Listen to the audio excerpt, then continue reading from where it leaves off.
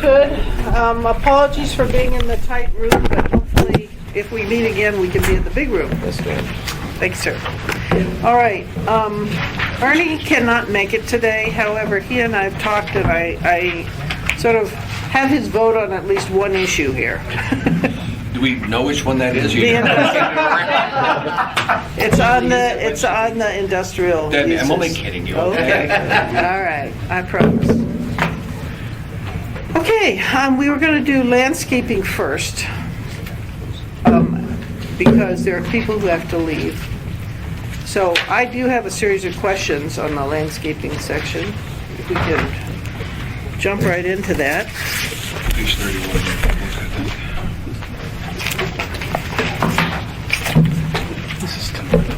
Oh, I haven't seen all of that. Okay, and unfortunately, I just closed my, okay. The first question I had was on page 2 of it. It talked about including snow storage in the landscape plan, but yet when we did the snow storage, we linked it to the paved parking area, or the paved vehicle access area. So if somebody changes their parking, then they're going to have to change the snow storage area. Is it awkward, or do you purposely want it as part of the landscape? Well, to me, it is really not. It's not a big deal, and the reason I say that is because you've got to identify all the hard surfaces already. You've got to identify all of the topography, everything else, Okay. basically, the All right. site on that landscape. And that works for you guys? That way, obviously, I guess, since you agreed. Somebody, thanks, Dave. I should look at you for the nods, not him. All right. And then I also asked about the 8-foot screening fence. I apologize, I didn't have time to go back and look. Erica, do we allow 8-foot high fences in residential neighborhoods? I thought we capped it at 6. Could you check? Go up to 8 feet because it wasn't 6 feet. In your document, it's 8. Was it? Oh, What okay. page? Yeah, it's, well, what page was that? I don't know, it's several places in here. It talked about an 8-foot, it was in the optional Talks about design. 8 foot. Yeah, and I just had remembered that we'd limited to 6, and so I wanted One of to, your tables, you have it. yeah, It's in the okay. the buffer standards. We kept it at 6 foot high. This is table 2107-1 under L2 for buffer. For screening. For screening, it's 8 feet. Erica? Rear and side yard can be 8 feet, front yard cannot be 8 Right. feet. Okay, so that wouldn't be a contradiction then, that would work. Okay, good. Let's see what else I wrote.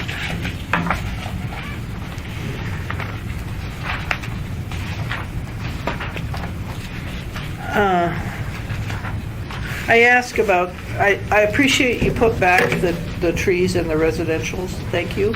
My question is, if you've got a very small lot, or can you still put 3 trees? Is that physically possible on an extremely small? Yeah, I think that is actually possible. It is On a pretty possible? small lot. I mean, there are a range of trees that are suitable for a case like that, and it's a matter of choosing the right one. okay. Is that what we had in the provisional? I thought we had 1 tree or something. No, it's We had more 3 than that. before? And so it's the same as the The provisional? provisional, I think, was you had to have 3 trees, and one of them had to be in the front yard. Correct. Okay, so this just says 3. Okay, all right. Let's see. On page 12, the walkway section, the reference, I already talked a little bit about that. I think the reference needs to be double-checked, and staff agreed. And the vehicle overhang reference too.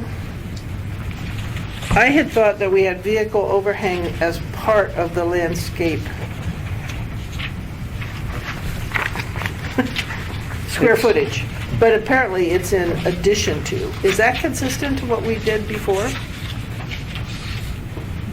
It is? Yes, it is. Okay, thank you. Just zipping through these. Okay.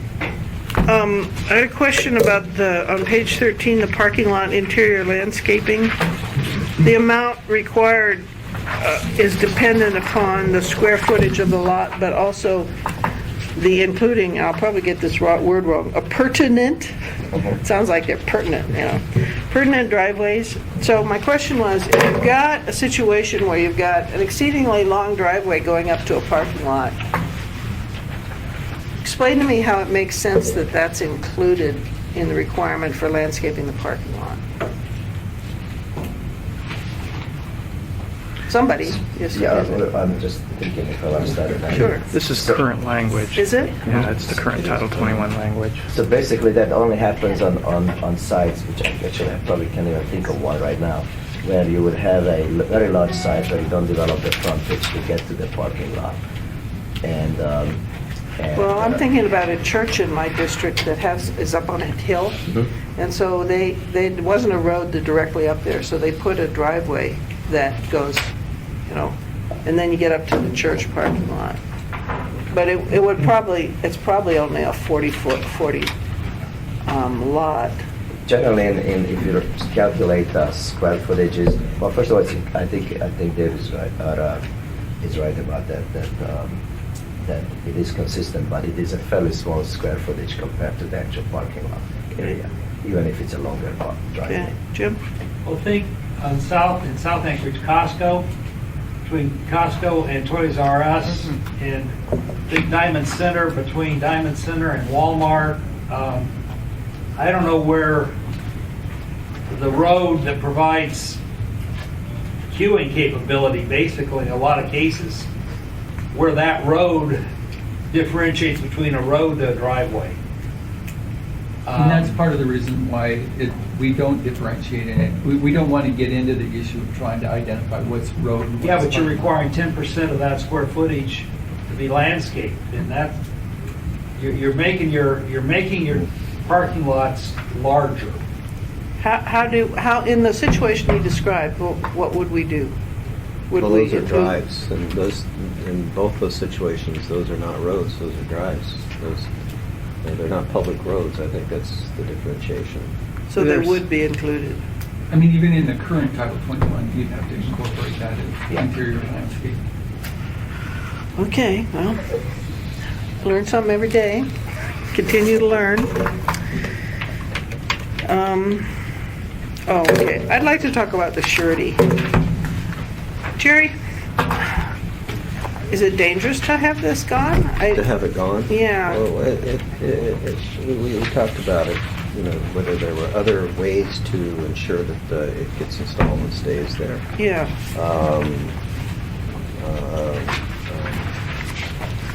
You could put the onus of burden back on the property owner to demonstrate that at a certain point in time, 2 years from then, that obligates them to come back and follow up to substantiate that it was installed and it lived. But we really don't. We will not have the staff go out and look at all these. Well, We discussed it at length. I know you did. It's thorny. I know, and I understand the frustration for it being put on, the onus being put on you when it's actually, you have nothing to do with it for 2 years or whatever. But do we have the manpower to realistically say that it's linked with the occupancy certificate, or what? I would like to, if I may, we have talked about this, and the issue is that we definitely would like to see some sort of assurance that the landscaping installations stay within code. Yeah, we and would too. live and all that. Yeah. But even from our side, it seemed like that we're putting the burden on the wrong point at the wrong time for the development.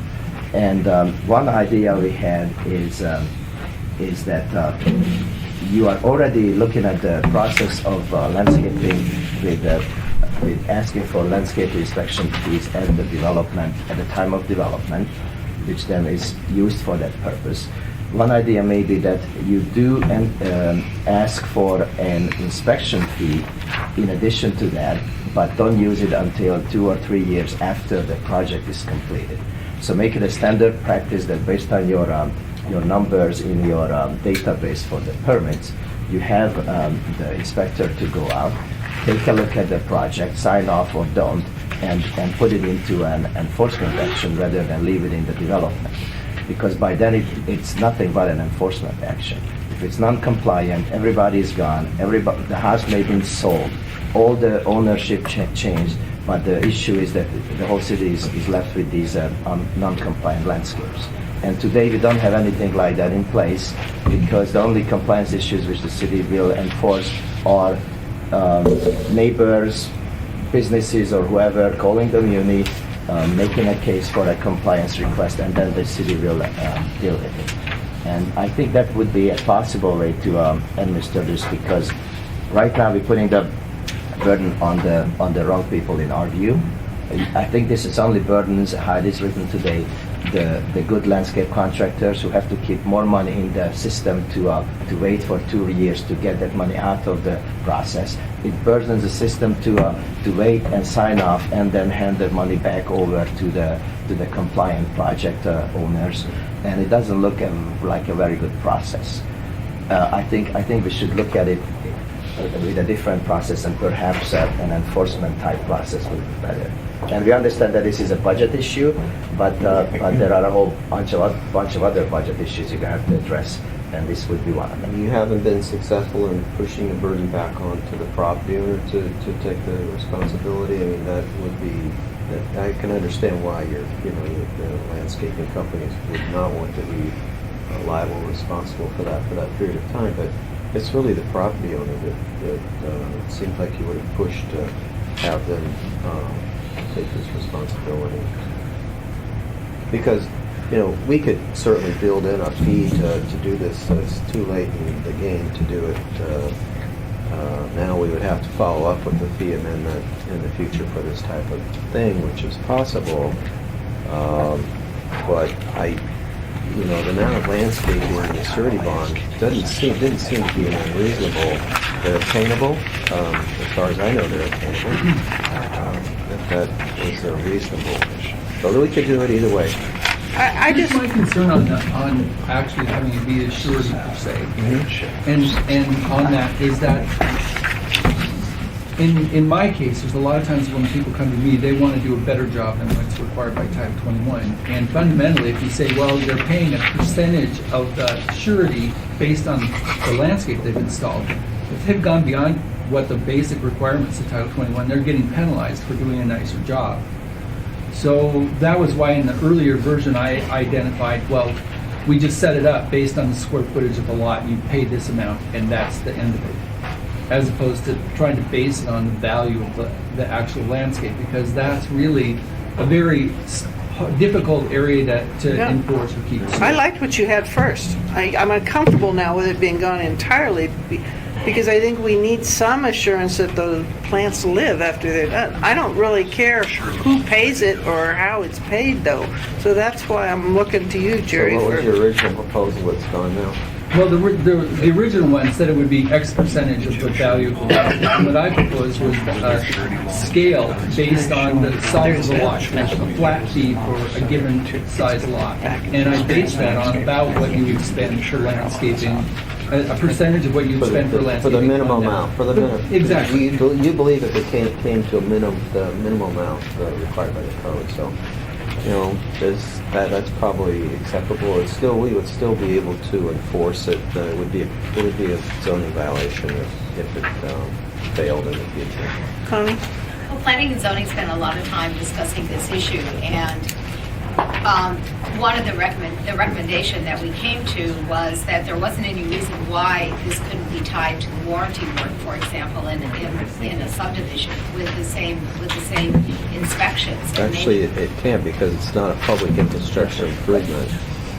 It can or it can't, Jerry? Because the subdivision agreement requirements are for public improvements. These are not public, these are private. And so it can't be tied to the warranty requirement? We don't have any responsibility for maintaining that landscaping in the future. That's why it's not a public improvement, it's a private improvement. Whereas the street lights, the sewer, the water, the roads, we do have those responsibilities, and that's what those warranties are for.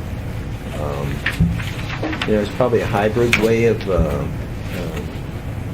separating them out, but we, at this point, I haven't looked at that.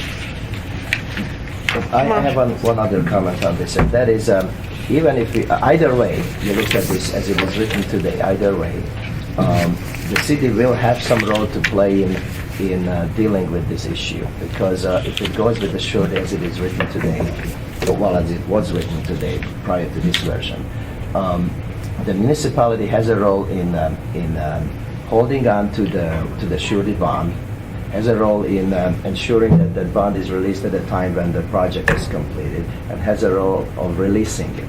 Therefore, you have to work in some sort of infrastructure within the city with staff to do that. I think it would be much, at least that's my opinion, and I think we kind of came closer to share it, that it would be much more helpful if the municipality can work within its existing systems to administer this without having new systems invented. And the only systems you have currently which deals with inspection is the project inspection. So if you have the project inspector going out 2 or 3 years later as part of that project for a warranty inspection, it's already in the system, it's already paid for, it's maybe prepaid, but at least you have the same people doing the job going in there. But Tomas, these would apply in other circumstances other than just subdivision development. They would be applied to other. Every project. So there's no warranty, there's no subdivision agreement or. No, I'm not talking about subdivision agreements. I'm talking about private projects where IPPs or subdivision agreements do not exist. And that's the conundrum. How do you expect them? So you're saying tied to the building permit or the land use I would. permit? That was my recommendation. Okay, I saw a grimace from Sonnet. Why did you grimace? Because you're gonna have builders and contractors and people who have money tied up in their CO with the bank. Right. They're gonna wanna come in and get their CO, and if you tie it up with I a wouldn't. 2 or 3 year landscape inspection, they're not gonna be able to. Actually, I wouldn't tie it up because the CO is about completing the project. This issue is about having it live. That's two different processes. Okay. Therefore, I would not tie it to the CO release. I would tie it into the project. Once we issue the CO, we're finished. We have no. Yeah, there's no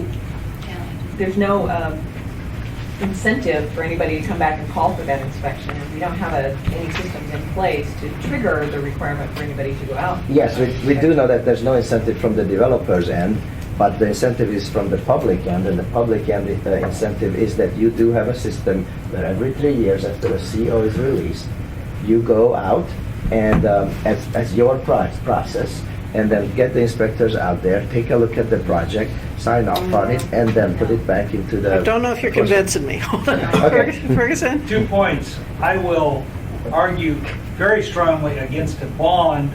I will not argue strongly against a fee, because a bond ties up a lot of items. I mean, normally to go out and get a bond, the contractor has to pledge his personal assets to protect the bonding company, his house and everything else. And if there's a corporate bond involved, there's a lot of difficulties. If you came up with a dollar amount, $150 per residential lot, maybe $2,500 per commercial operation, that would be a dollar fee as opposed to a bond. I may not object so much, but the city doesn't even monitor the CCOs currently.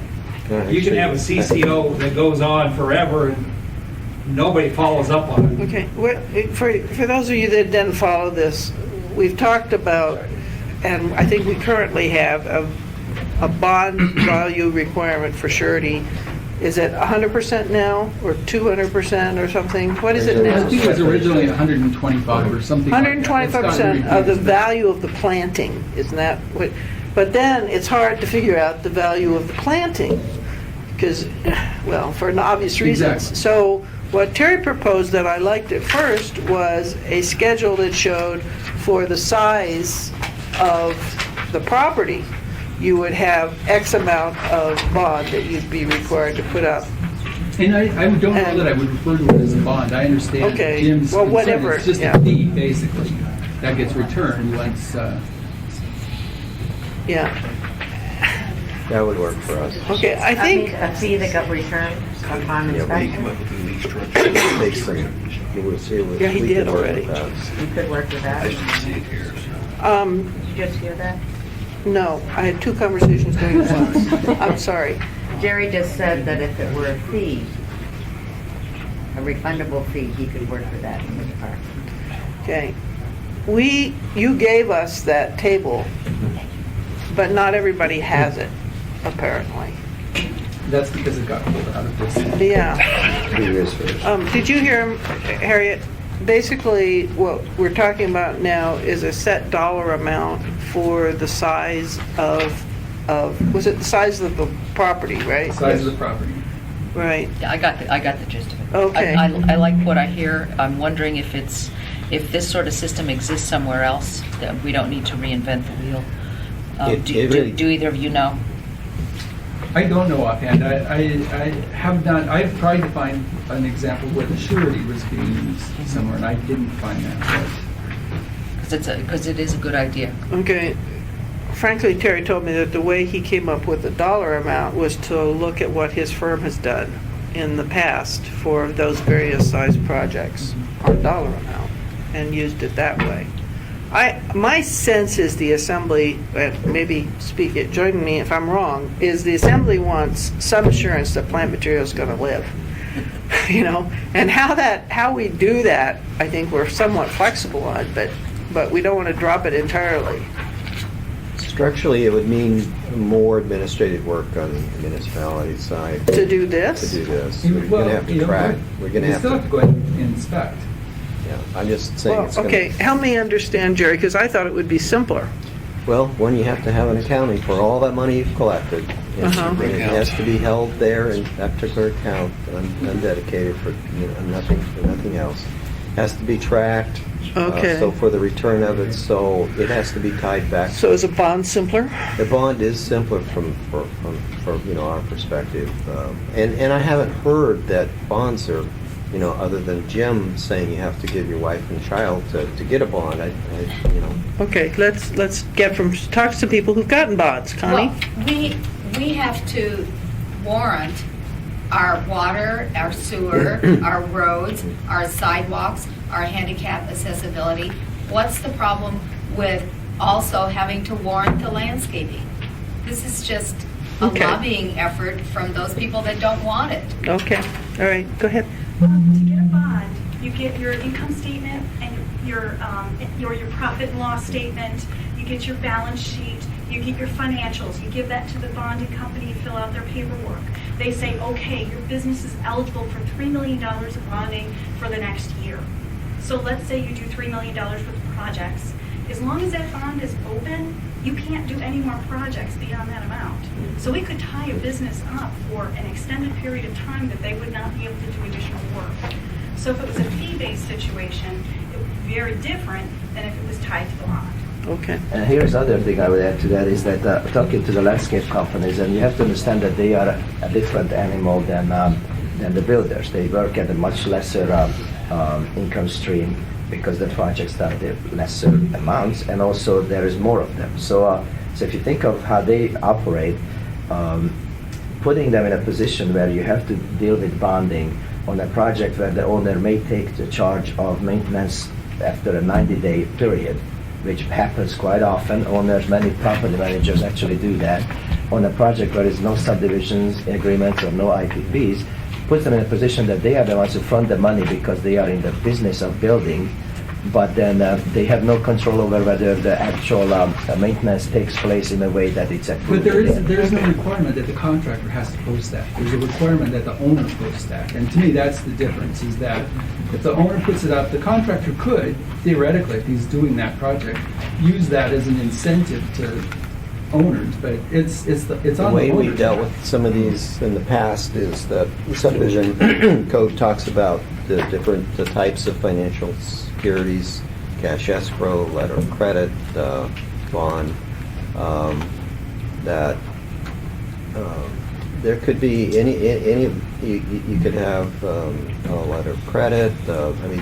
We should just There's some flexibility, we you're should tie saying. it into some acceptable guarantee for installation, and maybe Okay. leave it open so we can continue to work on it. Well, I think one of our goals is to ease the amount of work on city employees on this. Well, At least see, that's if one of we- my goals. Oh, that was my Okay. concern too. All right.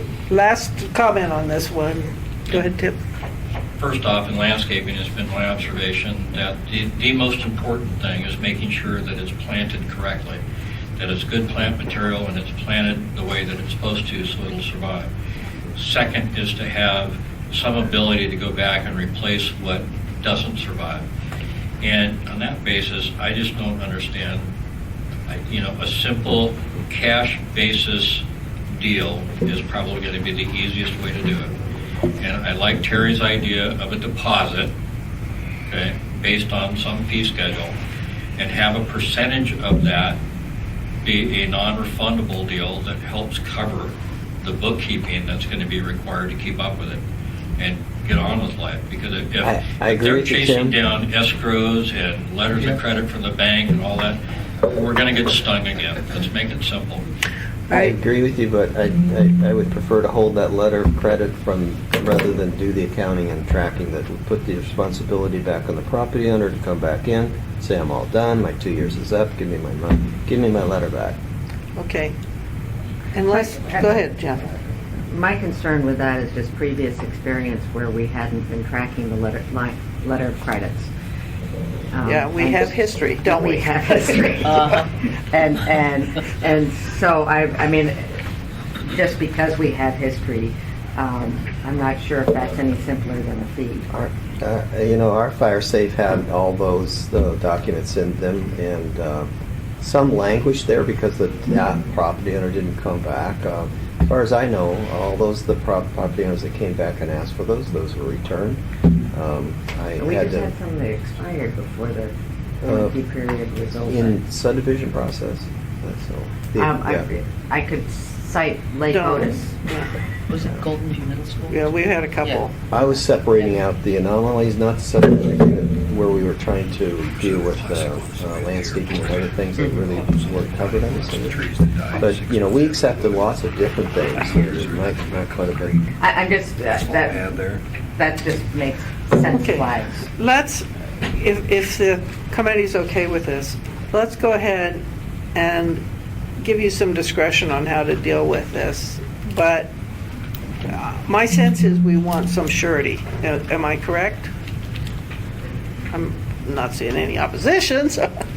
And I think the approach, the fixed approach, may be, it seems implicitly simpler to me with lot size. I have no way of knowing if the dollar amount's correct, so I would hope that people would We'll look come at up with something. I that. think we can use that approach, but we still put the responsibility on the owner to bring that in. Okay. Safe Is that all right compliance. with folks? Any Well, that works objections? for commercial, but it certainly doesn't work with subdivision development when you're dealing with a lot of square footage and acreage. Oh. Well, how's it done currently with subdivision? Isn't it done that way currently? It's not taken into consideration. It's not taken into consideration. It's just the value of the plantings. How do you do it? We don't take a financial guarantee for the landscaping, to my knowledge, that Subdivisions right now, the only guarantee is for the public improvements. Yes. If landscaping's in the public right of way as part of the requirement, that gets covered. But the on-lot development is not. It's not covered presently. The color. And this wood. I hadn't even thought about this. Is this a problem? No, for the most part, it's not a problem. But how would you deal with, in subdivisions, you have individual homeowners. The majority of the time, it's on the perimeter, it's in an easement that's adjacent to, a major classification street, or separating it from another inappropriate land use that, Okay, go ahead, Bob. In Southport, the way we handled it was that when we created the subdivisions, we created the landscaping obligations on each private homeowner. And then we created a mechanism where anyone who lived in the subdivision could complain to somebody who wasn't meeting their landscaping obligations. If the person, from the date of the complaint, a penalty that's inflation adjusted starts to accrue against the offending private homeowner. And then we've given the right to anyone in the subdivision to bring an action in court to enforce that obligation and recover their actual attorney's fees. Oh, my. Wow. So it's self-enforcing. There's an economic Sounds like a incentive word not on to be a page. violator. And if nobody's complaining, nothing happens. So, nobody's Wow. bothered. And landscaping requirements are up to the developer in the covenants, codes, and restrictions to establish what the minimum requirements are. But This language says every residence will have 3 trees.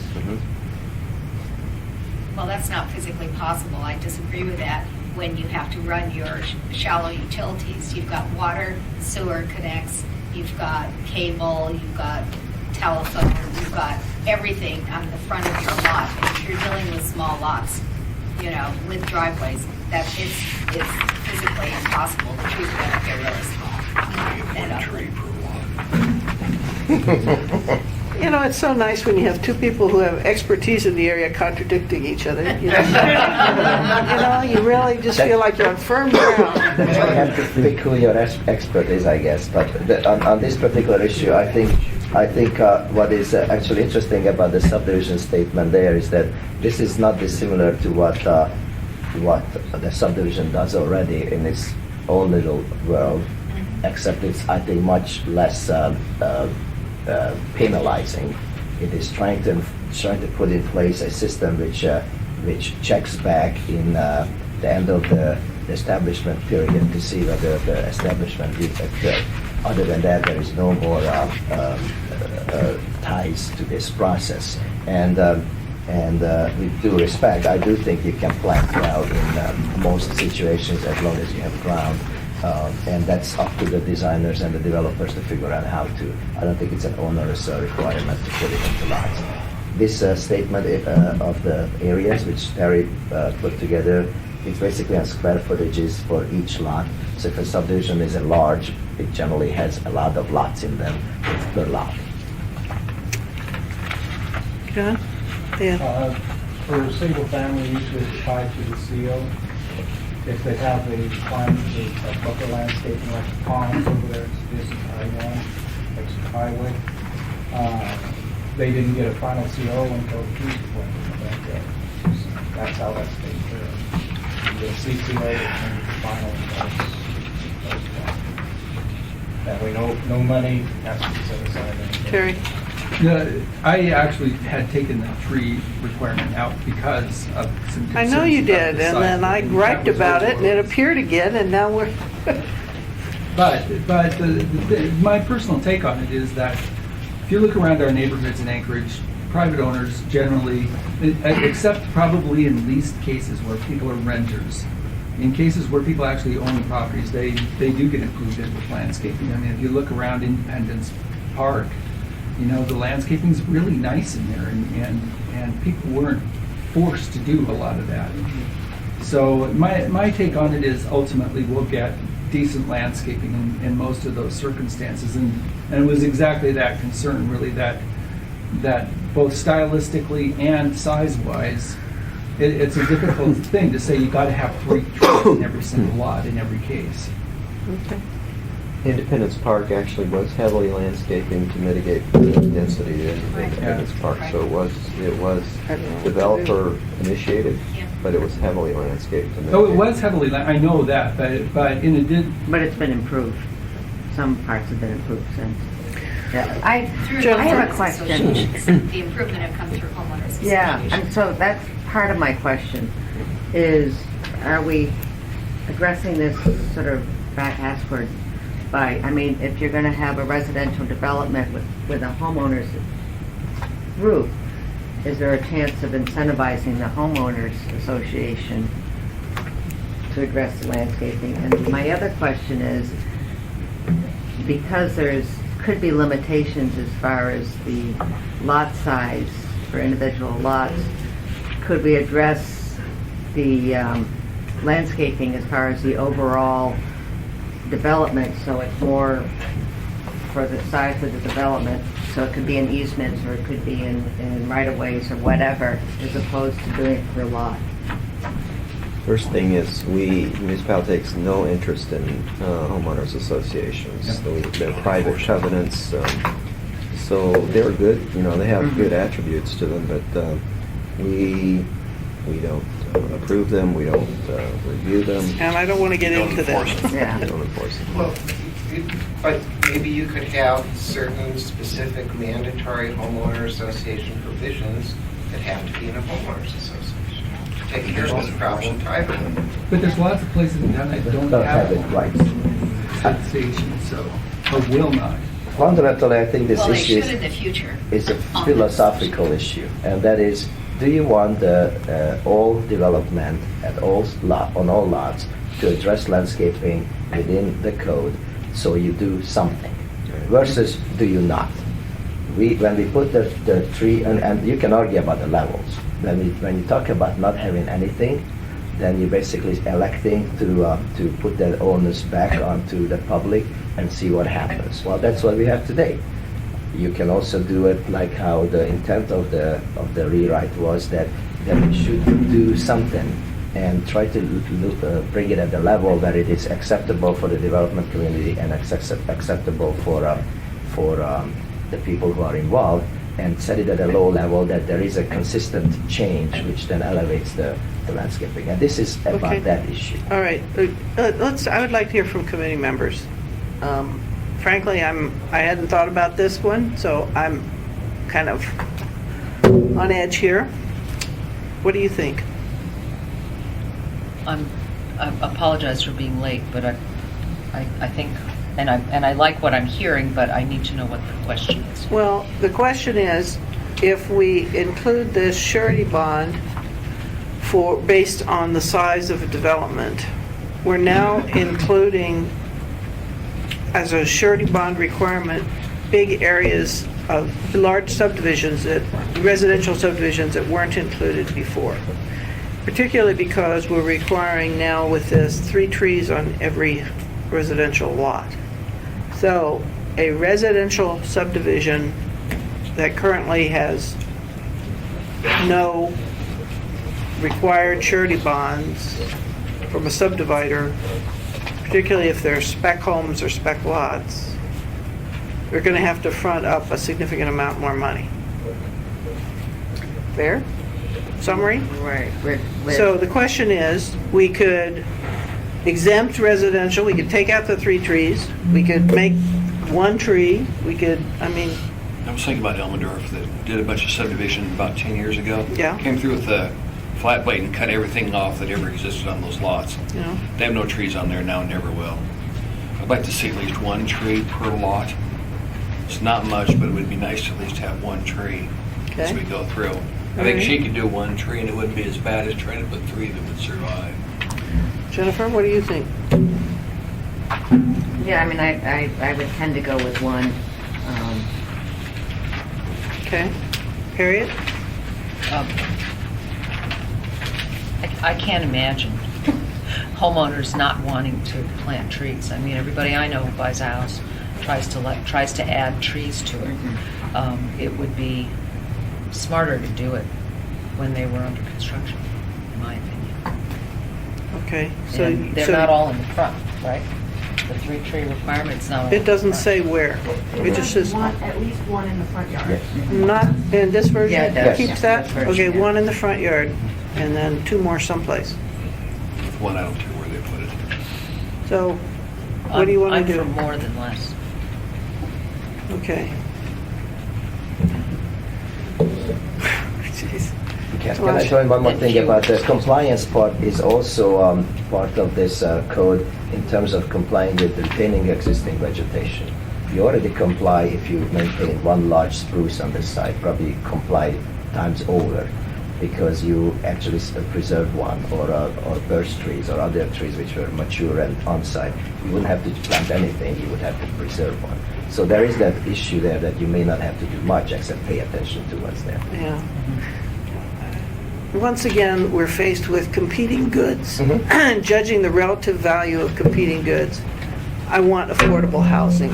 I want us to be able to get a lot of people that can't get houses into houses. So So in that sense, I want to do everything I can to keep housing costs down.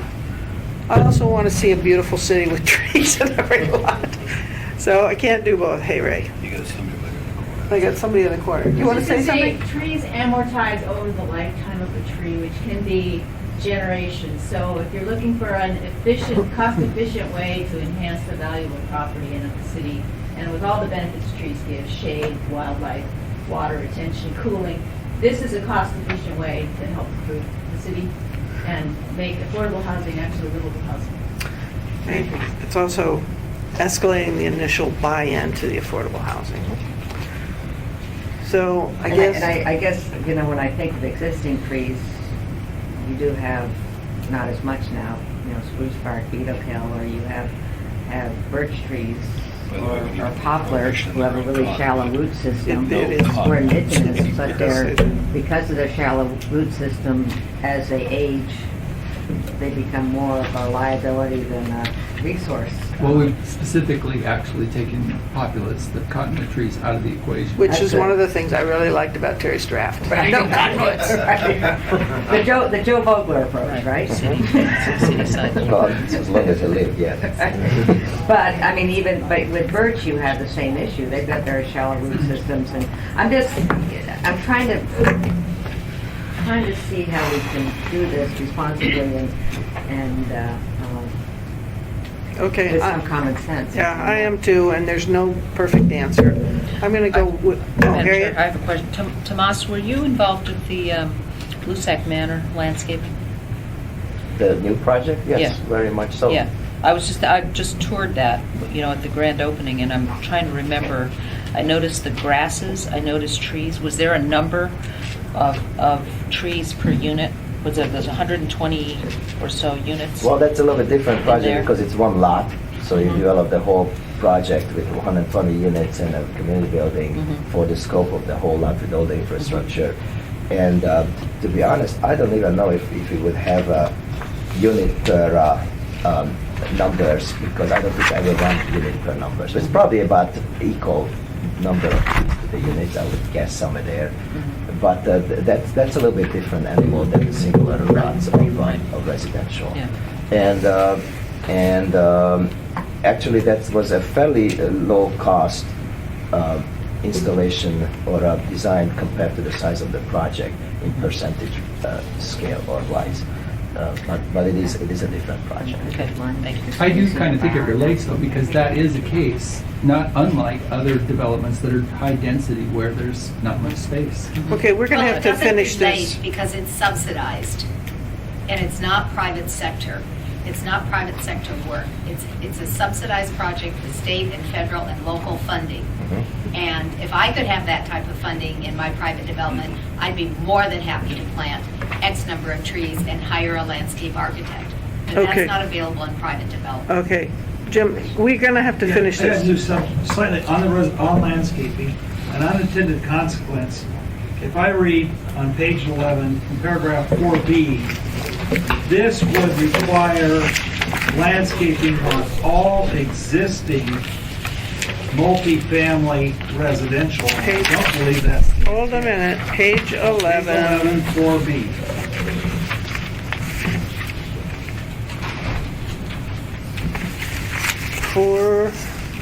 But it says...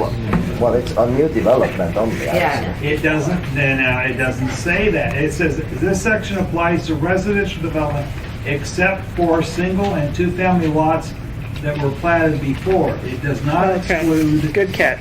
multifamily platted before. You want to say it the other way. I agree with him. I don't think it's worded correctly. And anyway, let's go back to this other and finish it, please. I'm going to go with the two of them and say the one tree on residential. And then on this sentence, I think Jim's got a point. This section applies to residential development except for the ones, wait a minute, except for the ones platted before So it doesn't Except apply. for No, resi- that's right, Jim. That's right. Yeah. It is right. Because you say, if it's platted now, it doesn't have to do it. But it doesn't exempt multifamily Right, platted it's before. just single and two-family lots. Only Just exempt have single and that two-family. multifamily, too. It just says residential. What multifamily residential would be required? No, because all, residential includes multifamily and single family. Yes. Correct. Okay, I'm sorry. I was with you, now I've lost it. Okay. Residential includes single family and multi, right? Right? Okay. The rest of the sentence excludes single family. It never Oh. excludes. Okay, sorry. So you should say, instead of single and two-family, you should say the word residential. Yeah. Got it. Sorry, took me a while. Thanks. Okay. We're back to the surety. No, well, I think we're set. I think, if to recap, and correct me if I'm wrong, we're doing the surety, we're gonna base it on the table that, based on the lot, on the size, which unfortunately means that residential subdivisions will be included. I think But that we're I think reducing it could to be one tweaked tree. A little bit addressing that though. How, Terry? Well, right now, the minimum lot size, where it kicks in is lots from 7,500 to lots of 10,000 square feet. Okay. If the lot itself were of some smaller size, that really had only one tree per lot, then we can certainly make it so that that falls out, I mean, it's not included in that category for the requirement. It does say a minimum of 20 trees per acre in new residential development. Correct. Connie? Be like 5 trees per lot. No, it isn't actually. What is it, Terry? But we Well- need to reduce that to the 1 tree per lot. Yeah, I think it has to be less than that. 20 trees per acre is roughly 3 trees per lot. Okay, so that has to be redone. Okay, I thought we were, go ahead, Tom. Oh, I'm sorry, I put something on the applicability statement that you all... Okay, all right, then, so the requirement section needs to be rewritten. I apologize, I thought that I could say, work well done, go forth, but could I instead say, could you two work on this a little more? And we'll see it one more time on this. There's one other thing, and maybe it's being addressed separately, but in What? going through this, and I had sent you a copy of it as well, is that in looking through this, like we've added a landscape category that didn't exist in the past. It's screening landscape. It's Right. the same as freeway screening. Yeah. But now it occurs between industrially zoned lands Right. and adjacent residential Yeah. properties. And the new requirements for industrial lands virtually have all of the industrial uses requiring this screening. And given that most of those industrially zoned properties are actually relatively small, especially the I-1 properties, I think it's as big it's as big an impact as, on the one hand, we're trying to cut down commercial uses in industrial zones, but this is much bigger impact on them than... I thought you fixed it with, It can't get fixed in landscape, it can only get fixed back in the industrial, in the actual use area of chapter 5. Dave, have you had a chance to look at that to make I recommendations? have looked at it, and we saw one category that could potentially change, but we need to find a way to deal with the I-1 situation, because you could have some pretty noxious uses in I-1 that would be incompatible, but there are other ones that may not be. So we've looked at it, and we could try to... I thought it was fixed because it's specified industrial uses and rather than industrial zones in the, but that didn't fix it, huh? No, Okay. it's still in there, and Dave, you've indicated there's like one category. I think there's a lot of categories. I mean, as an example, a data center requires a 25-foot buffer around the edge, but that has no impact almost on it. Just a minute, Erica? That's accurate. Okay, well, let's continue and put that one on hold for a minute, if we Data could. processing facility has no use-specific standards. If you take a look in the, it's under a different heading, under industrial services. We are digging a hole. I'd like to get done with Unless this. the table is changed. The table says you've got to have L4. We would like to. Industrial services does require Yeah. But that's not a data center. Okay, let's stop, and Dave, if you could kind of look for those, and I'll look for those. We'll bring you a list. That'd be great. All right, thank you. Tom? On the applicability, when that was written on page 11, I'm looking at it. 4B, except for single and two-family lots that were platted before, Yeah, my recollection is that was written specifically for that type of development. The reason that it did not include multifamily is that it gets back to this purpose to, as the community grows, changes to provide more trees. A greater percentage of the multifamily development we anticipate will occur on existing lots. So my concern about that change we've just suggested is that a very high percentage of the multifamily development is suddenly taken out of this, and it's a. Let's say if someone just happens to need to replat their lot, bam, it kicks in, but their neighbor but doesn't. conversely, then every single multifamily in Anchorage is now non-conforming. That's kind of a big deal. This is a characteristic of use, so there isn't a nonconformity involved here. Well, they are going to be required to move towards conformity when they do any kind of electrical work.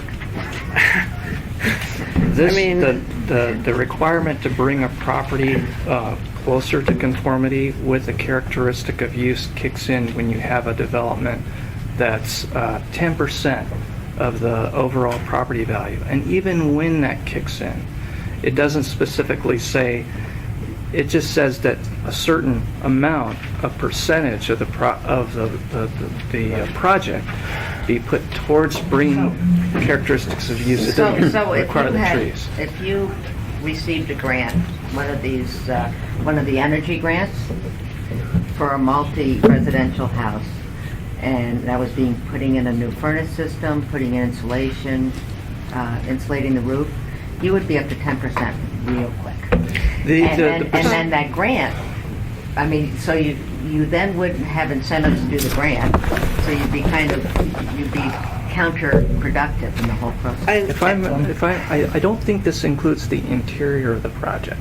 So I'm thinking we're just looking at the exterior of the. I'd want to know that. Okay, I reread chapter 12 because I was getting a whole lot of questions about grandfathering from the Eagle River Chamber of Commerce, as a matter of fact. And so I went there and talked to them yesterday. And basically my understanding is if you want to sell a property that's non-conforming, you're going to have to give them a certificate of legal non-conformity. And one of the things they said right now is the municipal certificates are not acceptable to the banks because there's some printing format so I'm going to talk to you about that later. But it's a significant deal to have to get a certificate of legal nonconformity. It's not a nothing.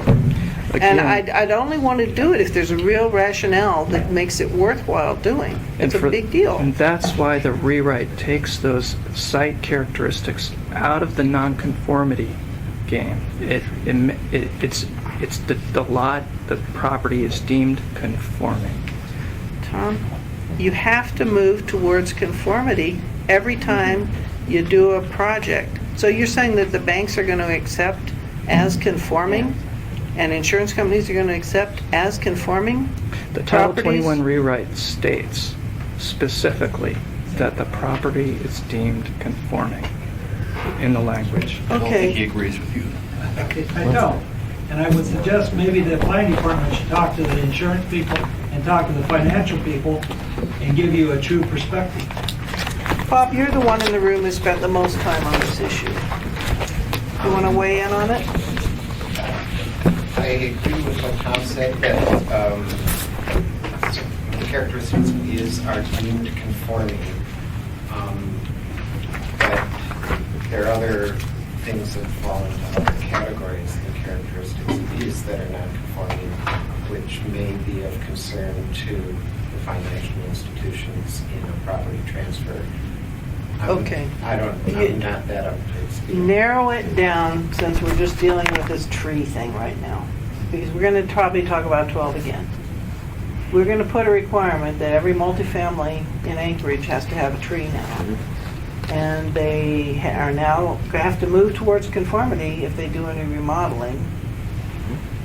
But I hadn't read it the way, I guess I'm hearing it now. So they're legally conforming even if they don't have the tree, but they still have to have the tree if they do any remodeling. Now, they have to move towards conformity, but it doesn't mean they have to plant a tree. It just means they have to spend X dollars on... 10% of the cost of the, yeah. And there are many aspects of that the money could be spent. It doesn't have to be spent on trees. Jerry? It's a tricky subject with the banks and lenders and the non-conforming aspect of it, but, you know, the code was written after discussion with Bob and other people's to make all the existing situations conforming. That was very, very strong in the ordinance. And rereading it again, all those existing properties on record as of the effective date of the code are... I sure wish we had a banker or an insurance guy in the room. I want to provide you with the information about the renovation. The costs of remodeling, renovation, or repair that are interior to a structure, not subject to site plan review, shall also be excluded where the value of those improvements is less than 50% of the replacement value of the structure. So you replace your boiler, you're not going to... What about a roof? A roof? Yeah. Interior to the structure. That's a repair, and that's okay. Is that all right? Yes. So if it's a roof replacement. Okay. What I can tell you about residential sales is concerned, as far as the sale of a residential property is concerned, is that because of the age of our housing stock, most buyers are getting what we call private home inspections. And many times those are from, professional engineers or other people that are qualified, general contractors with residential endorsements, remodelers or whatever. And they will in their private inspection of a residential property, they will state whether or not the property conforms to current code, okay? And if that current code, in this case, would mean a tree or whatever. We've had this situation with windows, for example. And when that private inspection is completed, and if it's given to the underwriter, given to the mortgage people, they will want that property brought up to code, or they will not put a new mortgage on that property. But Connie, we've seen many of these, and it's mostly has to do with the building codes. That all those private inspectors that are going out and looking at the homes, they're looking at the building codes.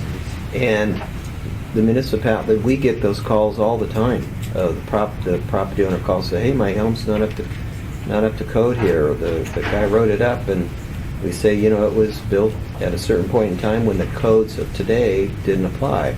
So they're in a dilemma between them and the lender that has nothing to do with the muni. Yeah, I understand that. I totally agree with everything that you said. I'm just telling you what the lender will require in order to finance that property, period, unequivocally, regardless of what the code says, regardless of what anybody else at the muni says. The lender will not approve that mortgage for that property. Right. Go ahead. But that's not a Title 21 issue, right? No. It's Title 23 issue. Well, it's an issue for the assembly. Because we are putting something in code. Even though it's not the building code. But this doesn't affect, what we're doing here doesn't affect that. I agree, maybe that should be looked at, but I could not weigh in one way or the other until we find out exactly how it affects.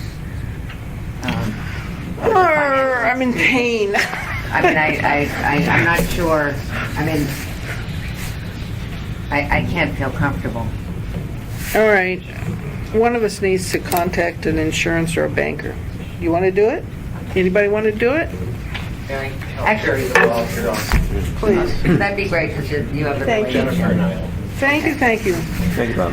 All right. I thought landscaping was going to be a slam dunk. Well, these are not landscape issues. Yes, they are, sir. Yes, they Except, are. I think they apply, actually, on this issue, it's very interesting that if you look at if you exclude multifamily from this list, Yeah. what it does allow then is that if you add another, let's say you put in a new vestibule, impact the building envelope, change some sort of thing like that, you will not be required to deal with the side issues. Basically, you're given a free pass on these projects to get better. And that's why I think it was exempting only the single families and the duplexes. Okay. All right. I had a simple question about. Go. And I kind of got it answered beforehand, but I just wanted to understand that we will be, with this new landscaping, improving as far as rain gardens and bioswales. I mean, they will be counted into the landscaping. Yes. They will be included. Yeah. We put that in there because it's the I couldn't current quite practice. find the language in it when I was reading it, so I. It is in the table to allow a choice for the design to use other means of landscaping than just the tree shrub equation, because in some parking lots it's probably more beneficial to look at the LID, the low impact development types of way of dealing with stormwater, and some of these developments will not be able to put viable tree plantings into the project. So we put in the municipality developed guidelines into the system, so you have the choice to develop the project with those guidelines versus being forced to put plantings where you don't really want to do it if you design a proper project. And I think we agree that that's probably the best way to do it. Okay. All right. Tom? I apologize. I also should probably, on applicability by exempting multifamily. So any site condominium, so to speak, where you have multiple dwelling units on a lot, even if it consists of single-family buildings, because the rewrite in the use section classifies that as multifamily, when we exempt multifamily on an existing lot, we exempt that type of single-family development. Okay. All right. Okay, I have one last issue, and it's both on page 26 and page 27. It says that sidewalks cannot be part of the required landscaping, but as I was reading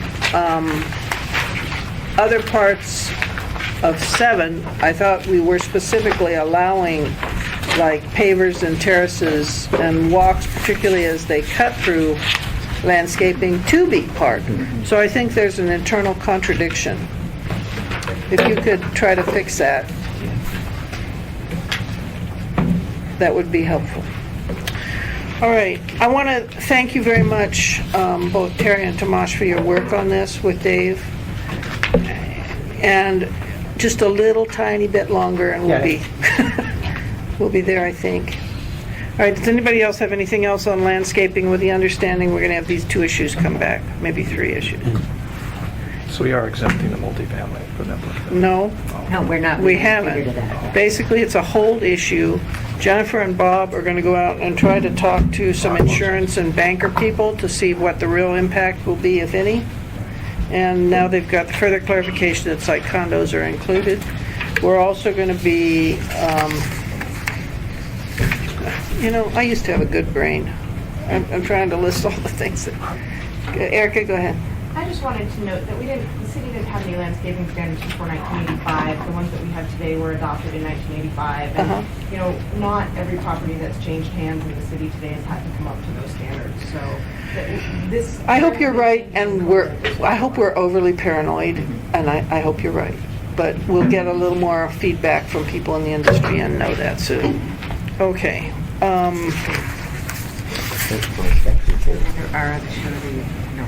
The surety issue, there was going to be a little more work on that.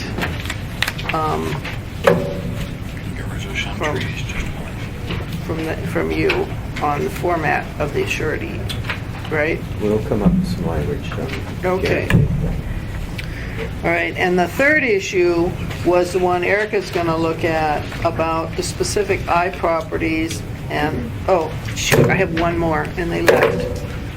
We got rid of arterial landscaping. Can I grab them? I'm sorry. When we got rid of arterial landscaping is an 8-foot landscaping bed. And when we got rid of that, we're making a whole bunch of existing commercial properties non-compliant, which is a similar situation here, because now they're gonna have to have a 10-foot bed. I'm sorry. But getting rid of the arterial landscaping issue, that's the one I forgot to bring up. Terry and I had talked about this. What's the implication for existing property owners if arterial landscaping is gone? Right now, they're legal with their 8-foot landscaping in front of their business. It's 6 foot? 6, yes. But now it'll be 10 foot. No, it'd be 8. It'll be 8 foot. Yes. Okay. So initially, could you talk about why you think it's okay to take that out? Or if you don't think it's okay to take that out? This is one of those things where we had some internal disagreement on it. My sense is we've got it in place right now. It's arterial landscape generally addresses how for example, how car dealerships exhibit their wares and so forth. There's a requirement for a lot of trees. Basically, it calls for low shrubs. It has a narrower piece because fundamentally that's how we do business. Okay. And so my take on it was I didn't want to create non-conforming situations on all those. But there is a desire. There's a lot of places around the United States where they require nice landscaping in those locations, and so the other side of that equation is, well, maybe it's time for us to step up to the plate and say we want to have better landscaping and nicer facilities along those arterials. But this is another situation similar to the tree thing that we need to find out what the impact is, really understand the impact is on a whole lot of businesses that'll be non-compliant now. Well, one of the key reasons it's very important is that if they do create a nonconformity and they're not allowed to continue when they come in for a modification or a remodel in the future, is that a lot of the parking lots are set up based on those dimensions. Right. And they could physically lose an entire full frontage parking spaces, which would have a huge impact on the property. This is again the issue of the properties which flooded easements at 6 foot width. But this code, or at least the standards for arterial landscaping, were what they were looking at. And the issue is what you plant in that arterial landscape easement. And we allowed actually flexibility to make the choice of what you plant in that easement. The non-conformity issue is going to have to be going along the same lines as the other non-conformity issue to figure out what sort of problem it may create.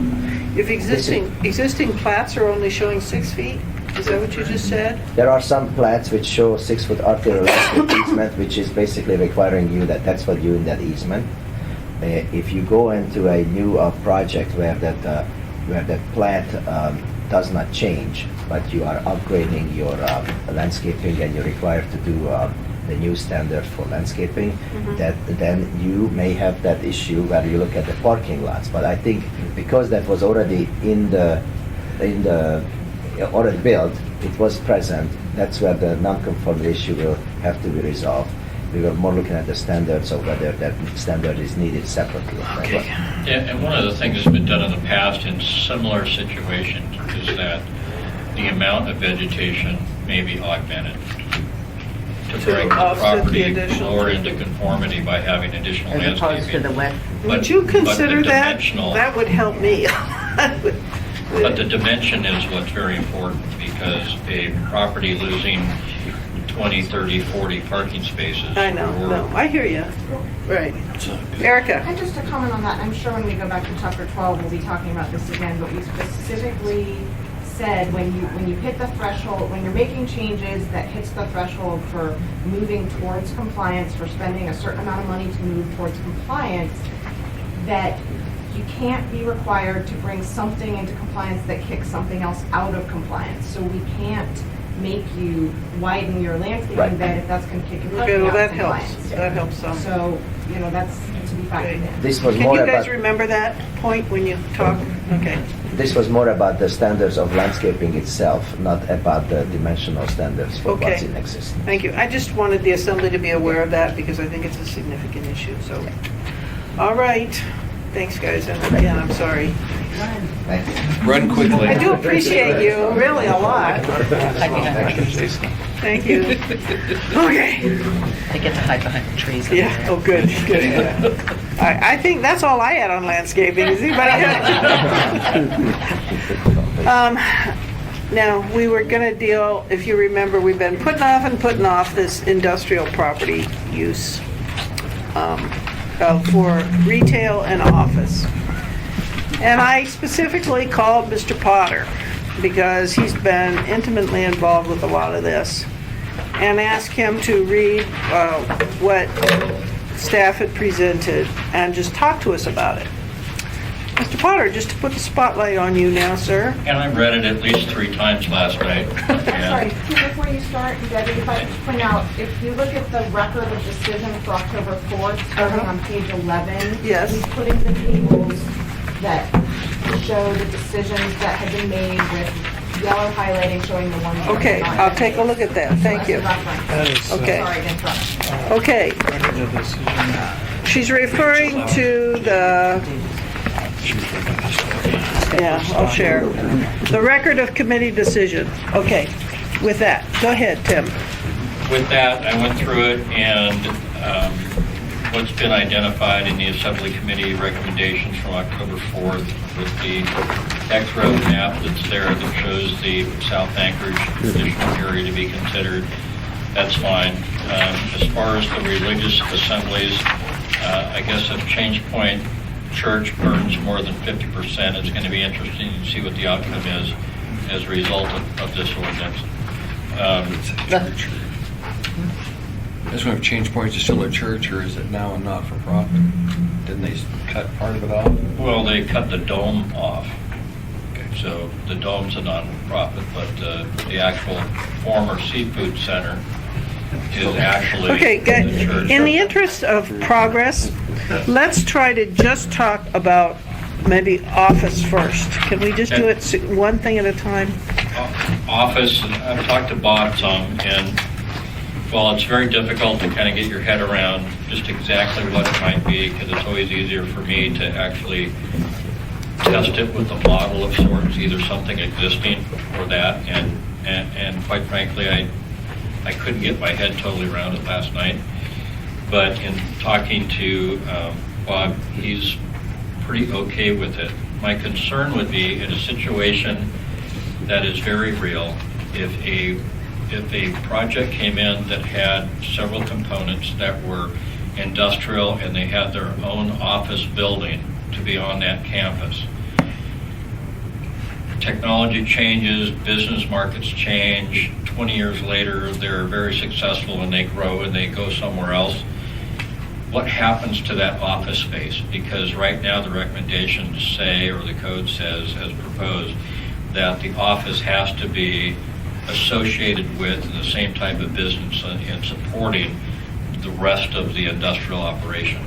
I can see a circumstance where you may have a sizable office building that was in conformity with that, but now due to changes in the marketplace and everything else, that's different.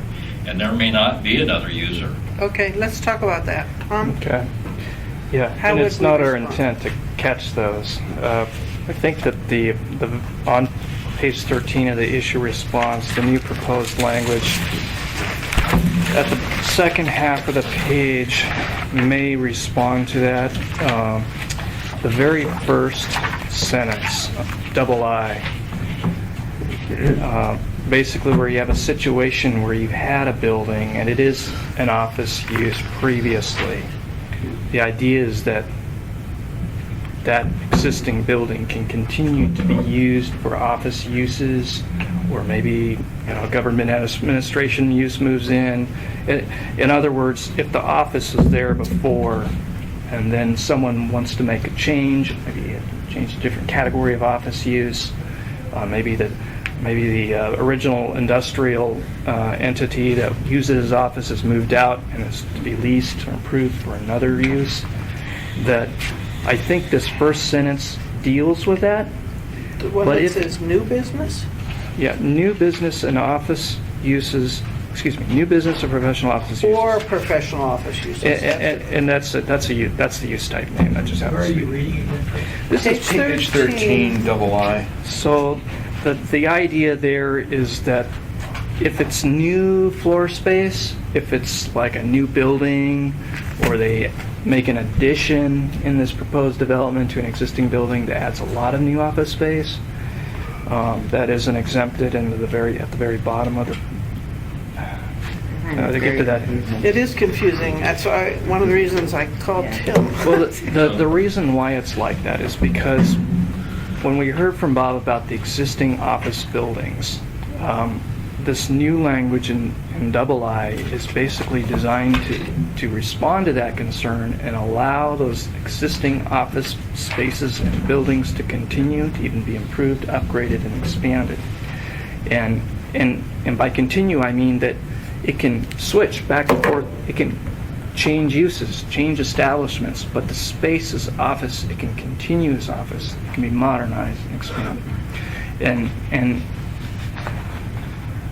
that is something that I think takes care of that situation. I think I'd have to think about it some more and talk to you some more. And if it does not, then I would agree that we need to deal with it. I just want to make sure that a new office building that conforms with the concept to start with, as time goes by Right. in the future, 20 years from now, that it's an existing office that then falls into the category that it can be reused as office space, even though it's not associated directly with the business on the industrial component. And I think that's what the language does. It's kind of what it's intended to do, but maybe we should game it out and make sure. And then Jennifer? And if this is a fix, my concern and my question would be, you've got some percentage of gross floor area and size of building, and does that work? I've got my own personal feelings about the limitations that we're putting into place, and that we're making something that's fairly arbitrary and fairly complicated, and that I don't necessarily agree that there was a human outcry in the 2020 process, and it certainly wasn't supported by the, I'll say, bogus industrial report that was done, that we have this huge shortage of industrial area that we have to preserve.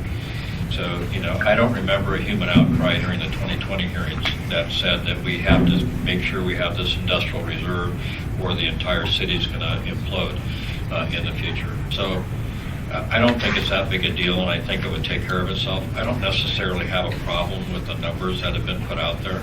I do have an issue with the 1,000 square feet addition if it's habitable in 5,000 or 5% if it's gross floor area increase. And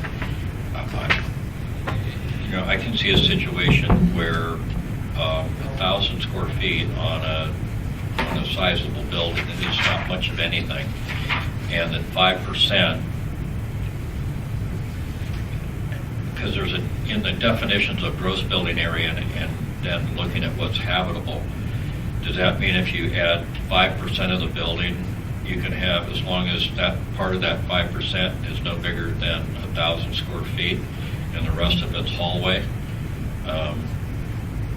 I guess I'm not quite sure how you get that difference, the and or 1,000 square feet of habitable or 5% gross building area.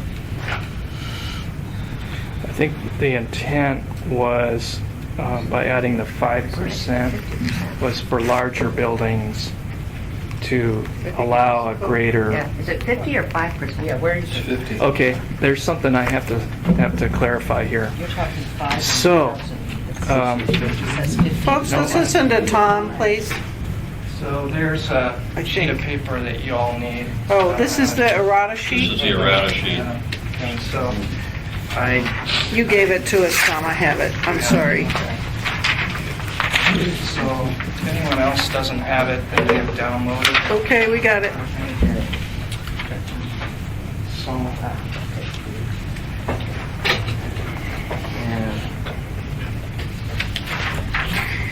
I guess my bottom line question is, are we really gaining something significant for the city by all this additional complexity? it was originally a rather brief section, and what we're trying to do is Address address concerns. I know concerns you were- I know. I appreciate that. That's, I would frequently roll that way too. The long and short of it is that we're trying to avoid large, intensive, new office commercial buildings. We want I like understand. Yeah. I understand. And so that's where we're at. Okay, just a minute, let's let Tim finish. Oh, Why? Because they want those to be pushed towards the commercial office centers. commercial districts, I- which okay. I get, I understand. I'm not sure that it's really overly important in our environment right now, but And we're looking out, and So we're creating a problem? In a little bit of a sense, maybe.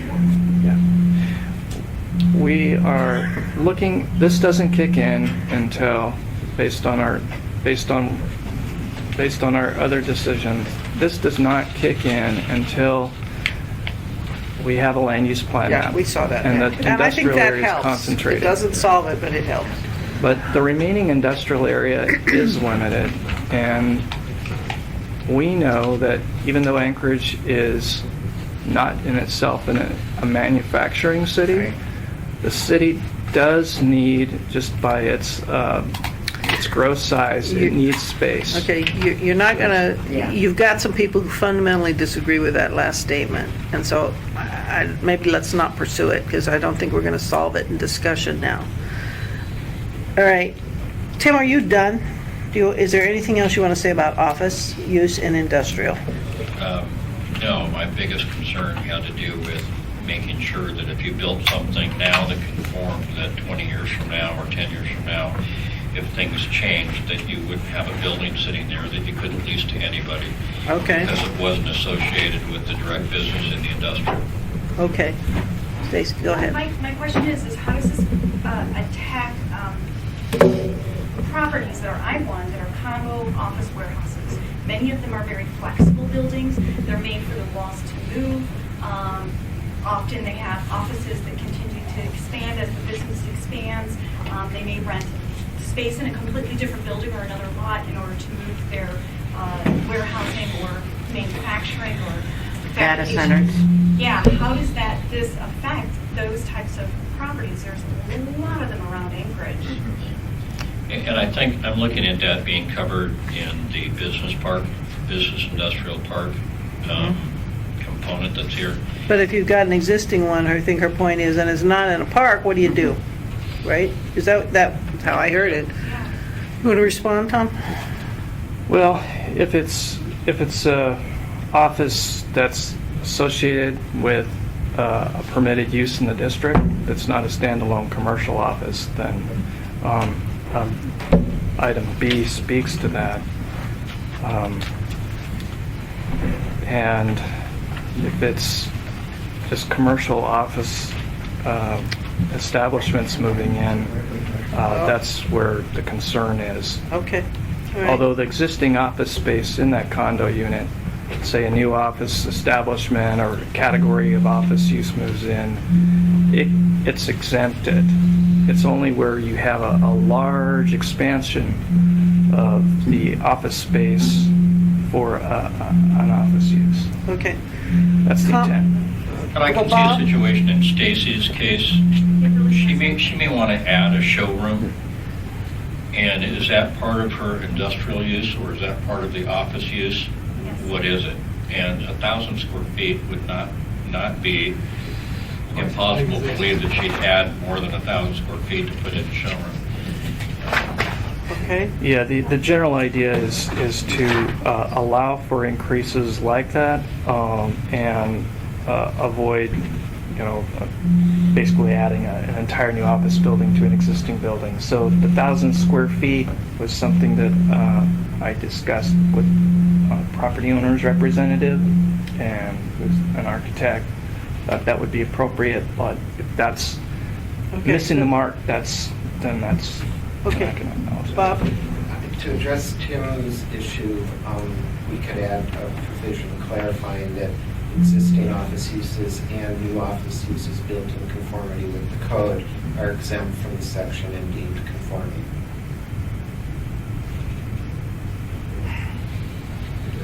So then you're saying with that existing, so that, say you had an office building that was separate from its warehouse and is going in as a standalone building, if you wanted to do any addition or change to that building, then it would become non-conforming. I'm asking that.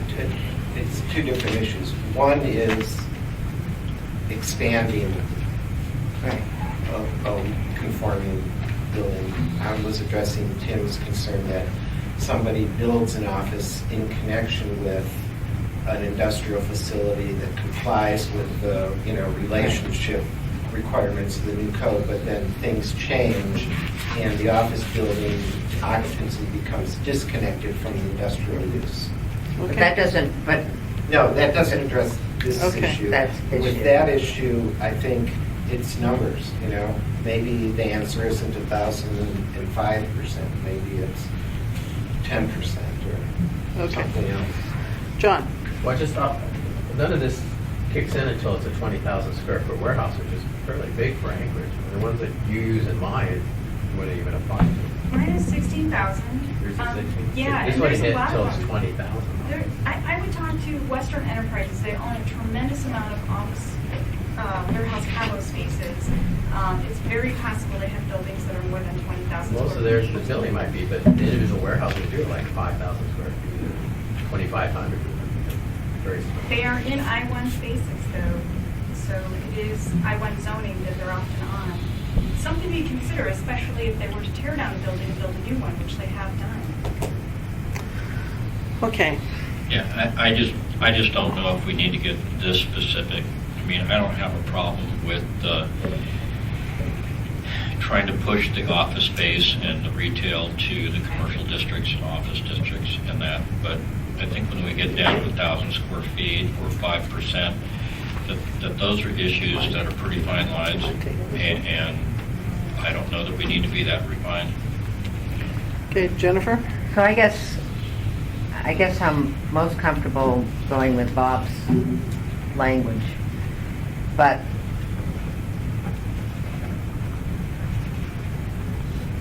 the trigger,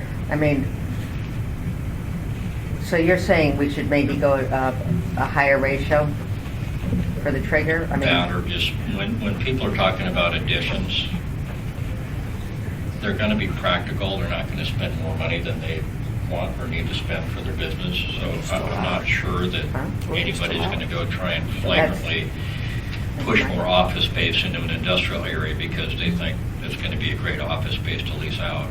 I think it's going to be based on their business and their on their operation. model. That's why I'd rather So go they're back. either going to say, oh, I can't do it, so I'm either going out of business or I'm going to have to move someplace, and then they won't move. And then their business doesn't get as robust as it could be, and then we've had an impact. Yeah, well, my first inclination is to go with what Debbie and I first suggested as far as the use, and just allow office space. And if the committee would agree with that, that's what I would prefer to do. If we feel that there's a need to incentivize or make sure that we don't have all of our office space in I-1 land, which I just don't see it as an issue, then I would go with Bob's language. But I think we'd have to somehow, I think it is 1,000 square feet particularly what the 1,000 square feet is. Is it bathrooms? Is it hallways? Is it, you know? It's fixable by just changing it to 25%. Just take all the other peripheral language out, percentage and square footage, and make it 25%. Which I could go with. I still don't see the need for, but that's my vote. I just wanted to say the comp plan advocates having industrial lands concentrated where we can have efficient traffic, efficient infrastructure, and so on. Put commercial land in there, you have all different traffic patterns, landscape patterns, noise expectation. It's sort of a comp plan, very general principle to have an industrial zone where you can efficiently have industry and commercial zones for complete commercial infrastructure. A lot of this will depend on the land use map that comes out after this, but I don't see. I mean, first of all, we have a problem with the industrial zone, lack of industrial zone right now. A number of us sitting here at the table with the study that was done.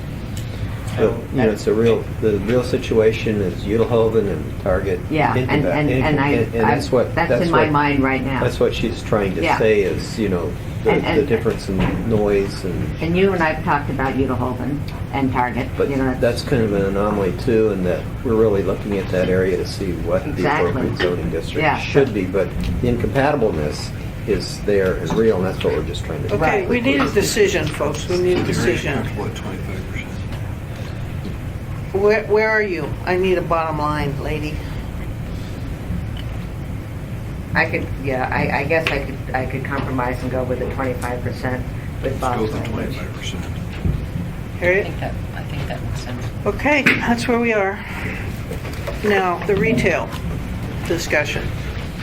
Tim, you're our lead off on retail. I think the retail component is addressed here that's going to actually be addressed when the land use plan map comes forward. The way that's been treated here is okay. I think that's fine. Okay, anybody else on this? Bob? Connie? No comment? Ray? Is the land use plan map going to be the final arbiter of what's allowed On terms of rezoning? on terms of retail? Well, yeah. Tom, you want to weigh in on that question? It's a policy guide for what areas could be rezoned from industrial to commercial or not. So the zoning will always decide what's allowed or not. The land use plan map is just given that guidance, so in the future, the city can decide what areas are currently zoned industrial, like Credit Union 1 down in Abbott. It's currently zoned I-2, areas like that. It'll be a policy guide when people decide whether that area can rezone Well, the commercial. question I have, I guess, is it a hill to climb? Is industrial going to be disallowed from commercial when it's up the plan use map to rezone that area? Or is that what's going to happen? Are we saying that commercial is disallowed, but the land use map can bring it back and change it? Does the zoning have to change? I think what's being suggested is that the land use plan map, when that comes forward, is discussed and then put into place. It adds that clarity that Nancy was talking about of where the commercial should be, where the industrial should be. Because right now, we have industrial where it shouldn't be, and we have commercial where it shouldn't be. It's kind of all mixed up, and that's what we failed to address through this whole thing, is that we've got plenty of industrial, it just may be in the wrong place. And we're using some of the industrial for retail because based on the way our growth has occurred, it never made sense for it to be industrial anyway. So the map will hopefully address it, and then it can be rezoned into the correct category of zoning for the future. So the use is going to be in limbo until that time? No, the use is going to be as it is currently in the code until such time as the land use plan map or district plan is adopted, is my understanding. That was language you wrote last week. Right. Tom, you look puzzled. You Yeah, worry me when you look puzzled. I worry myself. So in the interim, well, maybe it's getting too detailed, but there's two interim provisions that provide relief until a land use plan map is adopted. And those are on pages 7 and 8 of the issue response. And those basically what was discussed at our last meeting. And so in the first one, this particular areas would continue to fall under current code, pre-existing Title 21, until land use plan map is adopted. But the second one applies to all the rest of the currently industrially zoned areas. And it basically says, until a land use plan map is adopted, all the uses that are allowed in the I-1 district, which allowed in the I-1 district in the use tables that we've been working on, will be allowed in the I-2. The big thing about that is that there's more allowed in the I-1. So the I-2 doesn't get restricted against commercial until a land use plan map is adopted, which identifies areas like Credit Union 1 or the area along C Street in Midtown. That's areas that can reclassified to commercial zone. So that's basically it's what Tim said, and I'm just getting complicated. In this interim period, with some uses that you can't do, that you could do today. Just because there was specific and overwhelming testimony to allow commercial, is it just that because it's addressing that one area that we can't blanketly, you don't blanketly want to allow commercial and industrial?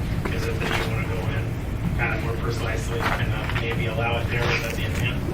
Well, it's the belief of the committee that there's a particular area that's very problematic.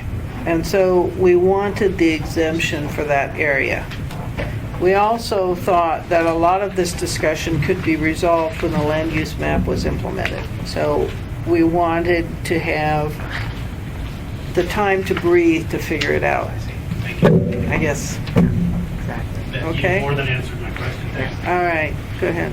I'm West Van with Anchorage Sand and Gravel. We're right up next to this area here. Uh-huh. In my switch. And I guess our concerns is we'd like the area next to us, obviously, to stay industrial, because we're heavy industrial, we've been there a long time. Wait a minute, you'd like what? I'm sorry. He's saying that he would like it to keep industrial next to Yeah, him. like right next to us anyway, because we've been there a long time, and we're going Okay. to be there a long time, and All right. we have equipment and energy, resources in place there. Okay. And the issues that might rise from commercial moving right up next to us might be restrictive to us. And we have a lot of capital and money invested. Okay. In our ability there. All right. Well, my forecast that I've been saying consistently for the last 6 months is the land use map discussion is going to be very painful.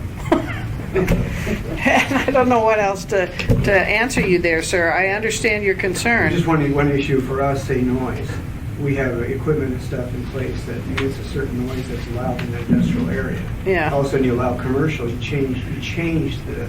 The assembly is really Very aware of that issue. I guarantee you. Yeah. So we wouldn't want to give up something we've already got in place and be restricted by something that's, we've been there all along, all of a sudden it changes right next to us. That's a big issue for us.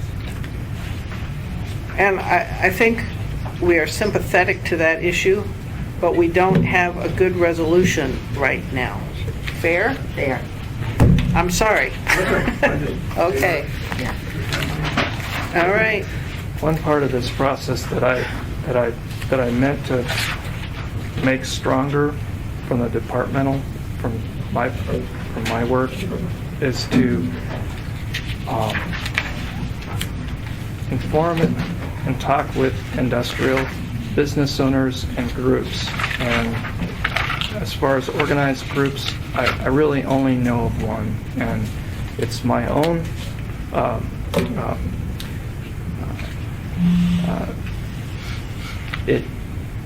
there is a constituency that may not that may have similar concerns, and and that does represent a lot of the employment base of You're the working right. city. And I absolutely and I acknowledge regret there that they're can be not conflicting here visions here. discussing that. I 'Cause acknowledge they it. don't have those representatives. I hear you. That's You've heard from them, Yeah, huh? I haven't. There are multiple constituencies that'll come into play when we do that. I know. I truly And do. those people living to the south of this particular area here, that are in the residential area, are Right. one of those constituencies. And I mean, and we've already stepped into this with our AWW discussion. So it's, I mean, it's, we understand. I don't know how to deal with it, quite frankly, and we're doing the best we can with the information we've got, and I know that's not a satisfactory response, but I'm maybe vesting too much hope in the land use map for resolution. Could be gone by then. Yeah, I'm gonna be, no, I'm not gonna say that. I'm still part of the community. You know, the one thing I just noticed, oh, never mind, it is B3, okay. The land off and Clatt, the Doyen building. Okay, never mind. All right, are we, What's the decision, Madam Chair? we're going with what it says on the, in here. Okay, I'm concerned that Anchorage Sand and Gravel has brought up a really legitimate issue. We've got a railroad track that you can't move, which is, which relies on having industrial zoned land around it. And I don't think it's smart. So what do you want, Harriet? I Show wanna me the road. I want to keep. Show me the path to walk on this one. I want to keep as much of that area I-2 as possible. And if you notice, currently, sort of, if you look at these maps, it is remaining I-2 next to the railroad. And until such time as the land use plan map or a special study is done, that area will continue to be I-2 and be able to have all the benefit of commercial or industrial uses. The one right next to Sand and Gravel. Yeah, That's the Gary Bob property. Yeah. That's an example of how this map, while it gives you a general indication that things will change from industrial to commercial, is somewhat outdated, and so issues like that are probably need to be fixed in the update of the land use plan map. Yep. Jim? We talked about And then we gotta buffers move. before, and usually the buffer occurs on the industrial property. But in this case, the industrial property predates this move. So possibly a reasonable option would be to add a buffer zone on the commercial side of this line. Okay. To take care of that issue. This is an important topic, but it's not what's on our agenda right now. So we need to get through this. Churches. Are you okay with what they're saying on churches? So basically, little churches are interim churches, but not big established churches. Is that all right? What number is that one? Page 12. Page 12? No, excuse me, I had the wrong page. Okay, I'm just doing our leftovers from last meeting, and it was office, retail, and churches. What page is it? 8. Page 8. Okay. Any comment from anybody? Does anybody object to what staff has proposed? Okay, we'll go with that.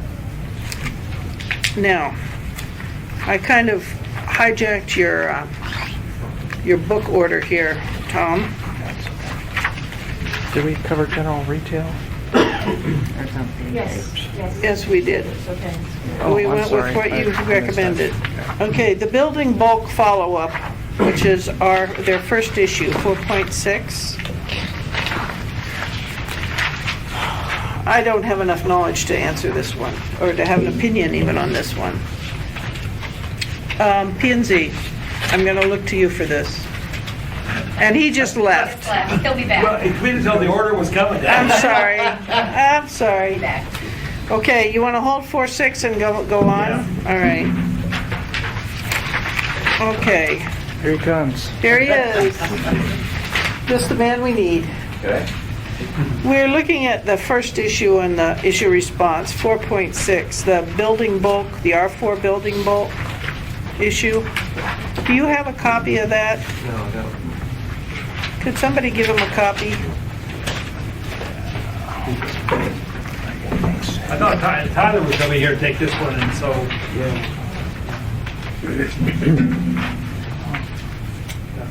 All recommendations on the bottom of the page.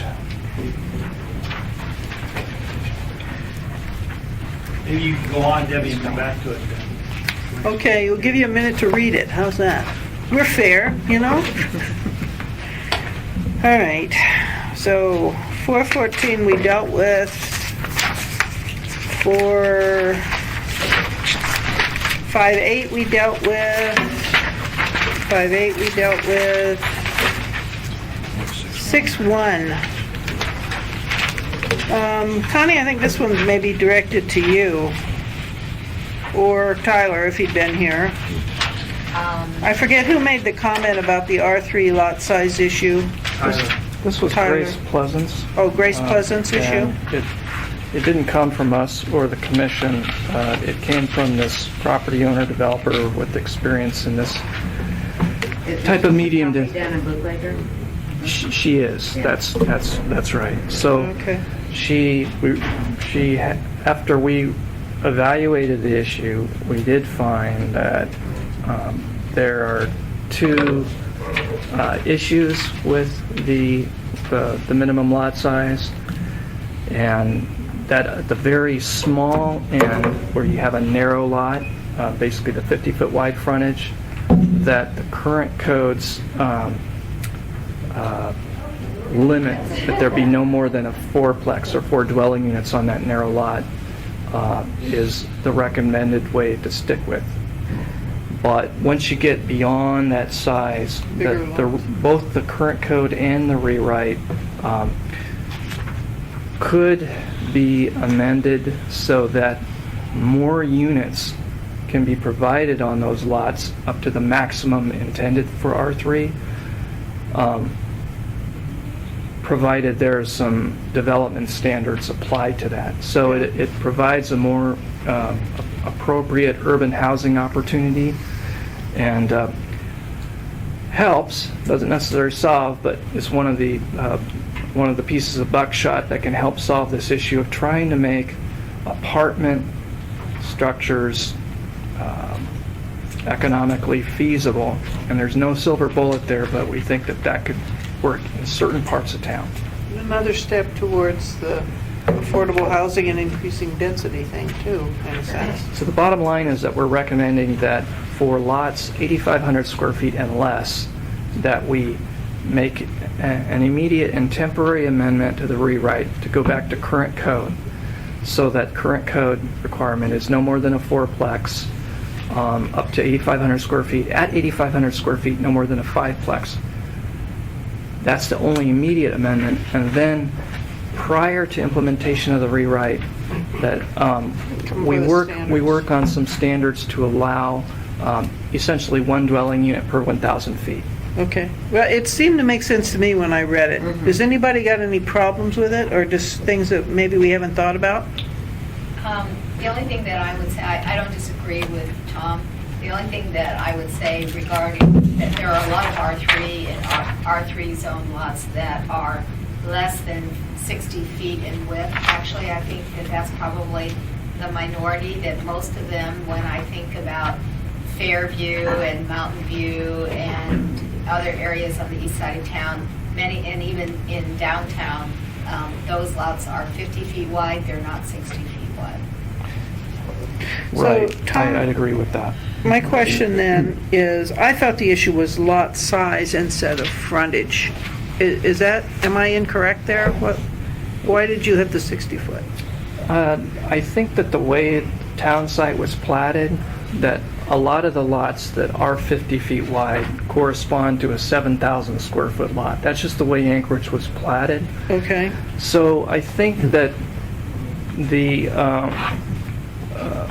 founders of the current R3 code way back when tagged these minimum lot sizes to that, and that's that's history I haven't researched, but basically 8,500 square feet in a typical, 140-foot long lot, 8,500 square feet is a 60-foot frontage, and that happens to be where current code hits that 5-plex standard. Okay. And then the 7,000 square foot lot is the 50-foot frontage. Okay, the comment on that, Ray, and then Connie. Yeah, as far as the affordable goes, that may address the allowable lot. And I'm not prepared to give you all of the details, and I'd be happy to do that at another time. But anytime you go over a duplex, there's a whole set of requirements that come into play. Whether it's 3, 4-plex connected to the storm drain, there are more requirements that I've run into that made it not feasible to go over a duplex. And if you want the density, maybe we can add the building requirements, dovetail with that. So the on-site maneuvering, storm drains, some of those things don't kick in until after that, if that's going to be required. Which would be a Title 23 issue But instead of 21. I can verify that and also get you the information at a later time if you wish. If not, I won't bother you. Well, I think the city as a whole is struggling with affordable housing, and we've got the task force, and I know the staff is interested in working on the affordable housing issue. So if there were some specifics that people could present for proposals that would help us move in that direction, my sense is you'd be really interested in looking at them, Jerry. Is that right? Yeah, I've talked to Ray about those Okay. other issues that he just brought up. Okay, all right. All right, going back to this other one, though, the frontage. Connie, you had a comment? No, I don't think you need Yes. more than what I've already said, which is, most of these R3 lots are concentrated in areas that, would be suitable for higher density and more affordable housing. They're closer to transit and employment centers. Okay, but are those lots, 50 or 60? how big are they? Should be 50, they're 50. But that's frontage. How about square footage? They're 7,000 square feet. Okay, all right, well, this wouldn't help them. I see, okay. All right, anything else on this? I guess, the obvious question, what does it do for the development down at Bootlegger? Which is an affordable housing, we know that.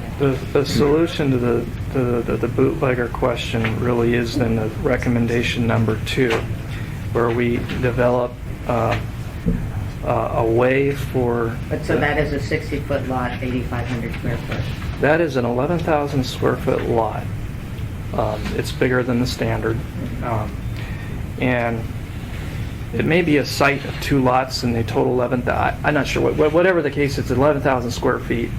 And that was the size range between, they see 10 to 16, 20,000, where somehow current code isn't providing any route for those lots to achieve the maximum allowed density.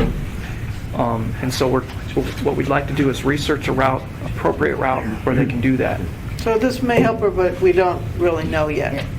I mean, it depends. It isn't going to be an immediate help anyway, but it'll have a potential down the road of helping. Ideally, it would be completed by the time the rewrite's implemented, so it's there at the starting line on time. All right. Are we okay with this? I guess I'm still kind of struggling with the 7,000 square foot lot and the 50, because that's your greatest need or has the greatest accessibility to, it's not Bootleggers Cove, it's Fairview and Mountain View, where you have transportation and you need affordable housing. And so I'm not sure if we're addressing that with the 8,500 square foot. What we'd like to do is do no harm, so to speak. I've heard recently, once again, from a business owner, there's no more 6-plexes on a 7,000 square foot lot. And so what we'd like to do is to, on the very small lots like that, to hold it at 4-plex and 5-plex for the time being. And perhaps as part of this project to look at, because of the history and what's occurred in Fairview and Mountain View and Anchorage, we'd prefer to be extremely careful on those small lots. Yeah. Keep them safe. The only reason, I would like you to look at it totally in that packet, But I mean, some of our issues with screening, with parking, everything could be addressed even at a 7,000-foot level, I think, if you looked at it Yeah, in a comprehensive manner. it's possible. Okay. So that's, I All would right. like you to keep that in mind. Okay, but in the interim, we could go with this? Let's go for Ruth. All right, good. Thank you, Tom. Back to the building bulk. Have you had a chance to read it now? Yes, I have. Okay. This goes back to discussions we had like about 3 months ago. Right. Frankly, I wasn't expecting to speak to this afternoon, this morning. Welcome to the crowd. But my recollection is that on item number 1, that I was comfortable with that. Are you talking about the recommendations when you say I'm The number? recommendations Okay, of 6. I thought that was the point of the discussion. okay, So, yeah, that is, on recommendation number 1, we did deal with that particular issue, and the FAR of 1 by right going to 2 FAR bonus is what we have recommended as a matter of Okay. fact. So this recommendation here would be consistent with our previous recommendation. okay. So the second one is an issue that we didn't really deal with in R40 because we had a different proposal, as you might recall. Right. So what I'm about to say is going to be a personal opinion as opposed to an opinion of the planning commission. They may want to. That's fine. Okay. What I would say is that 1 FAR by right does make sense. 3.0 FAR is, to my opinion, quite high. Okay. And I think you might be better at 2.5 as opposed to 3, but that's my personal opinion. Okay. Well, this didn't turn out quite the way I expected. So staff, do you want, for the R4A, do you want 3 or do you want 2.5 FAR? Well, I think that 3 is, if y'all, Here, there's a, Tom? I have an example. I don't think you say need it. Okay. I think that we'll go with whatever you say here. I Just think say you it's just have to clear. make a call. I think that 3 is probably fine. Okay. And it might allow 3 is and fine. encourage. All right, we got it, It's Tom. done. If we need to amend it later, we'll. Okay, let's move on. Thank you. I love succinct. It's very cool. We're about to get the dissertation answer from him, and we didn't need it. No, but he's thorough. He's thorough. Okay, so we're next at usable private open space. I want to thank Jim and Tom who've had an ongoing discussion on this one. All right, let's look at the recommendations on page 17. Any concern with any of that? Jim, this is your issue. I think we reached it. I reached an agreement on 10 based upon some other agreements down the road that we're going to talk about, but I have no problem with going to a maximum 10% slope. Okay, how about the other two? The number, oh, it's 1, 2, and 2. Go for it. Yeah, no, You're fine with the whole I'm page? fine. Okay, is there any disagreement? Okay, we got that one. Snow storage areas. Okay, Can I ask a question, please? please. It seems as if that the remainder of the discussion this morning is going to be occupied by this document right here, is that correct? I came for a different issue. What issue did you come I for? came for the issue of the planning and zoning commission, UDC, and comprehensive plan. And if it's not Okay, to be discussed- no, we need you. Well, we're going to hijack and go to that, if we can. Is it the table specifically? Well, the first thing I'd like to comment on, because I think that's going to be easier to resolve, is at page number 11. That is the proposed language that would resolve the issue of, this is what I'm looking at. I don't. This goes back to page, this goes back a long ways, okay? This goes back to page, titles 1 and 2, or? July 19th. July 19th. Okay, tell us what it is. I don't have that in front of me. The issue is really, the relationship between Title 21 and the comprehensive plan, and whether or not there is an ability to create a bright line between the two. Okay, and I think we've got resolution on We that. have two. and Okay. That's where I'm going, is that the position the commission has been, that there needs to be specificity such that Title 21 is used in the normal decision-making involving land use permits and subdivisions down the line. Right. comprehensive plan is a long-range document. It's meant to be broad and generalized, and that's appropriate for use in rezonings, conditional uses, and subdivision reviews, okay? And what we wanted to do is to basically accomplish that provision. And so what you have on page 11 here is a staff recommendation that goes a long ways back that we're comfortable with. Okay, there was an email that Dennis... Same language. Okay, I'm going to read it so everybody understands. This, I think, is our final solution It is on it. identical. Okay, I'm going to read it. Okay. Staff's proposal was to delete 21.01.060B and amend 21.01.080D to read as follows. The elements of the comprehensive plan shall be implemented as provided in this title, number 1.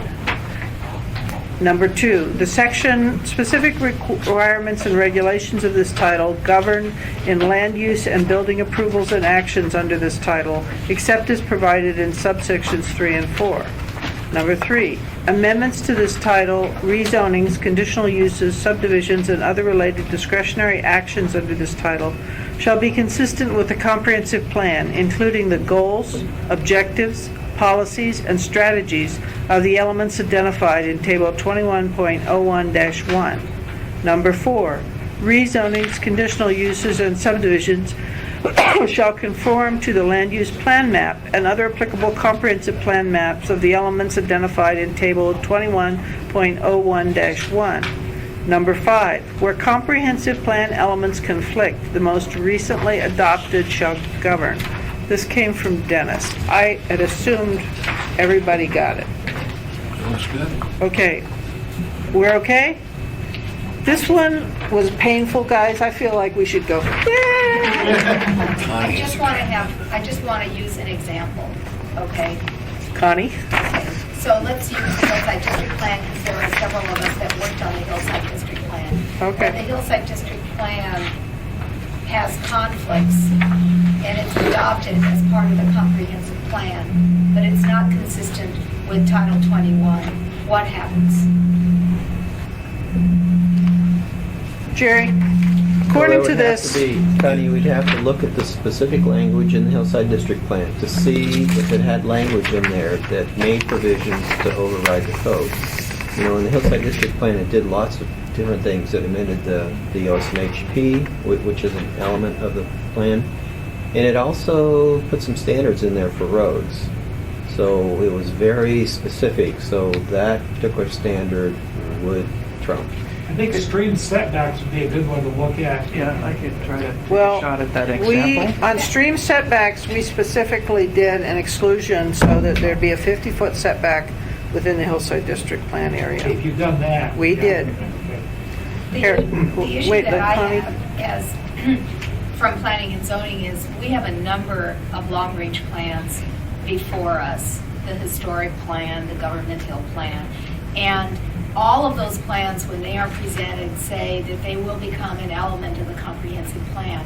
But no one has taken these plans and compared them to the comprehensive plan to compare them to code. And so, at least in my opinion, it would appear that we're having a lot of conflicts. And when these neighborhood plans are done, they're not they change the comprehensive plan, but then it also has to change Title 21 in order for everything to be consistent. And there doesn't seem to be that analysis or coordination at the grassroots level when these plans are being vetted or being determined, so to speak. And I do have some sympathy for that, and I do think that there's some truth in that, but I have to respond by saying the director is very aware of that, and you've got somebody now at Planning and Zoning Commission who's very familiar with Title 21, and from experience, she's really good with detail and track through.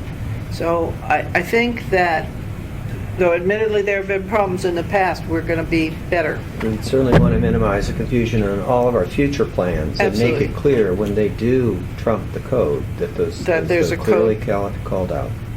Okay, wait a minute. Go ahead, you first. I'd just like to say that Jerry's correct, that in the instance where the plan is actually modifying code, that's appropriate, okay?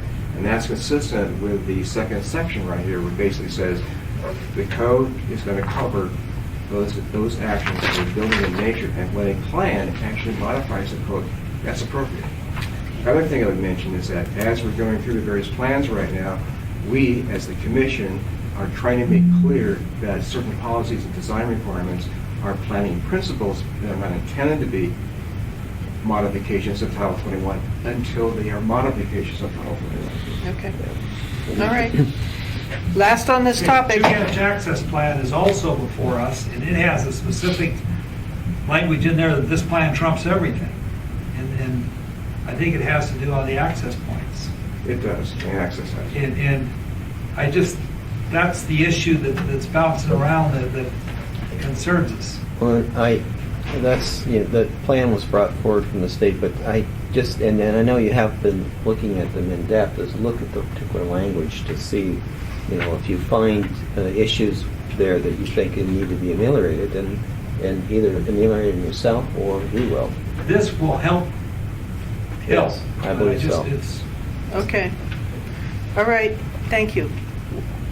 Okay. Go ahead. Very carefully, I just want to ask the question as a very specific reason, and I can give you the exact example if you want to hear it. But so we're going along having this land use plan map that we believe is going to be perfect based on the inferences that are out here. So what happens now when a rezone or a conditional use or something is supposed to be in conformance with the land use plan map or the neighborhood plan and zoning?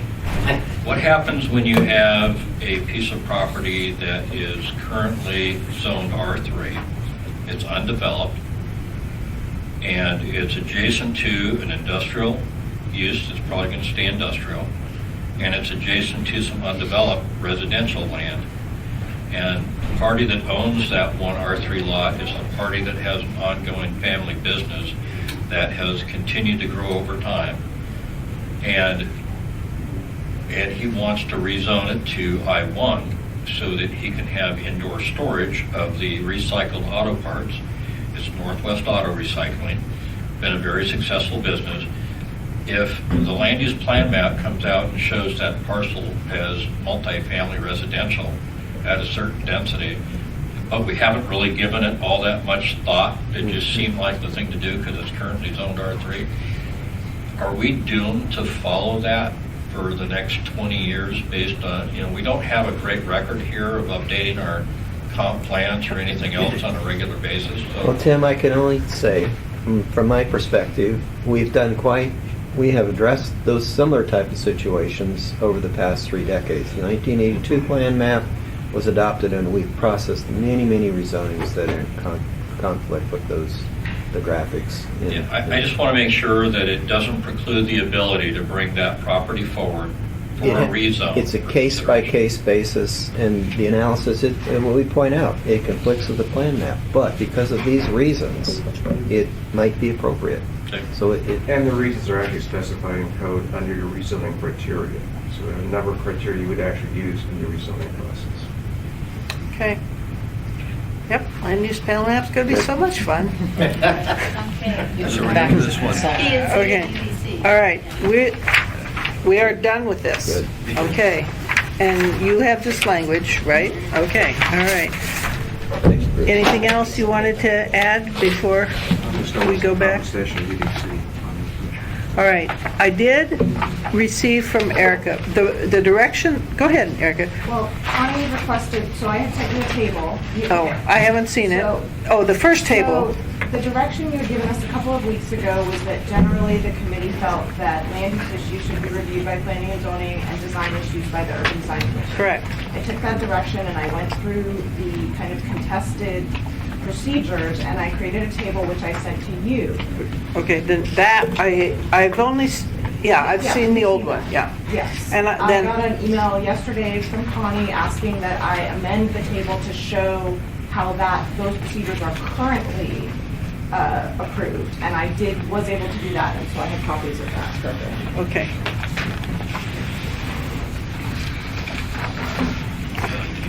Thank you. The reason I sent that out was primarily I wanted other eyes to look at it, And I couldn't remember how we were dealing with streets and trails.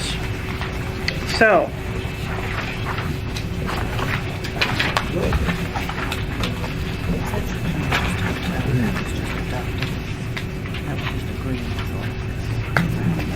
Yes. Yeah, right down. Well, it appears to match pretty much, Connie. Well, I think the two issues are major site plan review, which is UDC approval, and street projects, plans in hand, design drawings review. Okay. And those are the two major All right, issues. let's deal with them one at a time. Okay. So the major site plan review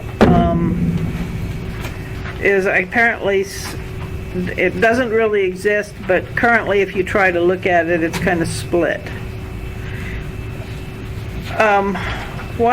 Why do you feel that is appropriate UDC, Erica? Because the intent of the major site plan review, or the site plan review in general, is to say that the land use is appropriate in the district and the issues are related to the design of the establishment, the design of the development. And so it really is a design review. It's intended to be a design review. And we feel that design reviews should go to the Urban Design Commission. Okay, Connie, do you have any concern or questions on Well, that? I do. I'll just use Walmart as a good example of that. That was a major site plan review, and there were lots of issues that needed to be addressed as far as traffic was concerned and other items. And so I feel that major site plan review is a significant portion of the work that the Planning and Zoning Commission does. It has been doing it historically, and I see no significant reason for it to change. Bruce? Well, I mean, that, I agree with Connie, is that, I think that there is a division responsibility between P&Z and Urban Design Commission, and I totally agree that Urban Design Commission should get design aspects, okay?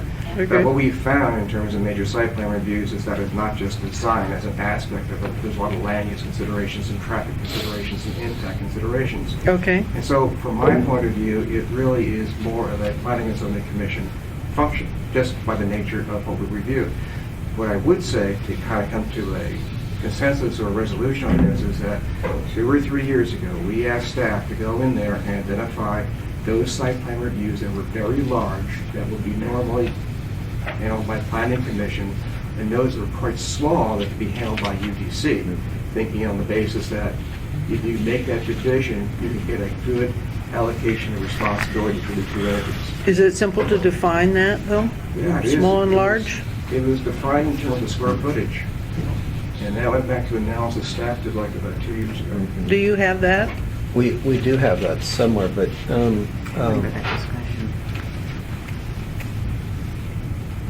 that was a discussion under current code when that came up as to which one should go where. Right. No, it was, but it was also in the context of what's going to happen in Title 21, because Title 21 was under consideration at the same time. Because we had it in committee, I remember that discussion. We had discussed, as a ramp up to the new Title 21, we had discussed beginning to shift some of the site plan review responsibilities from the Planning and Zoning Commission to the Urban Design Commission as a ramp up to the code where all Okay. major site plans would go to the Urban Design I remember that now.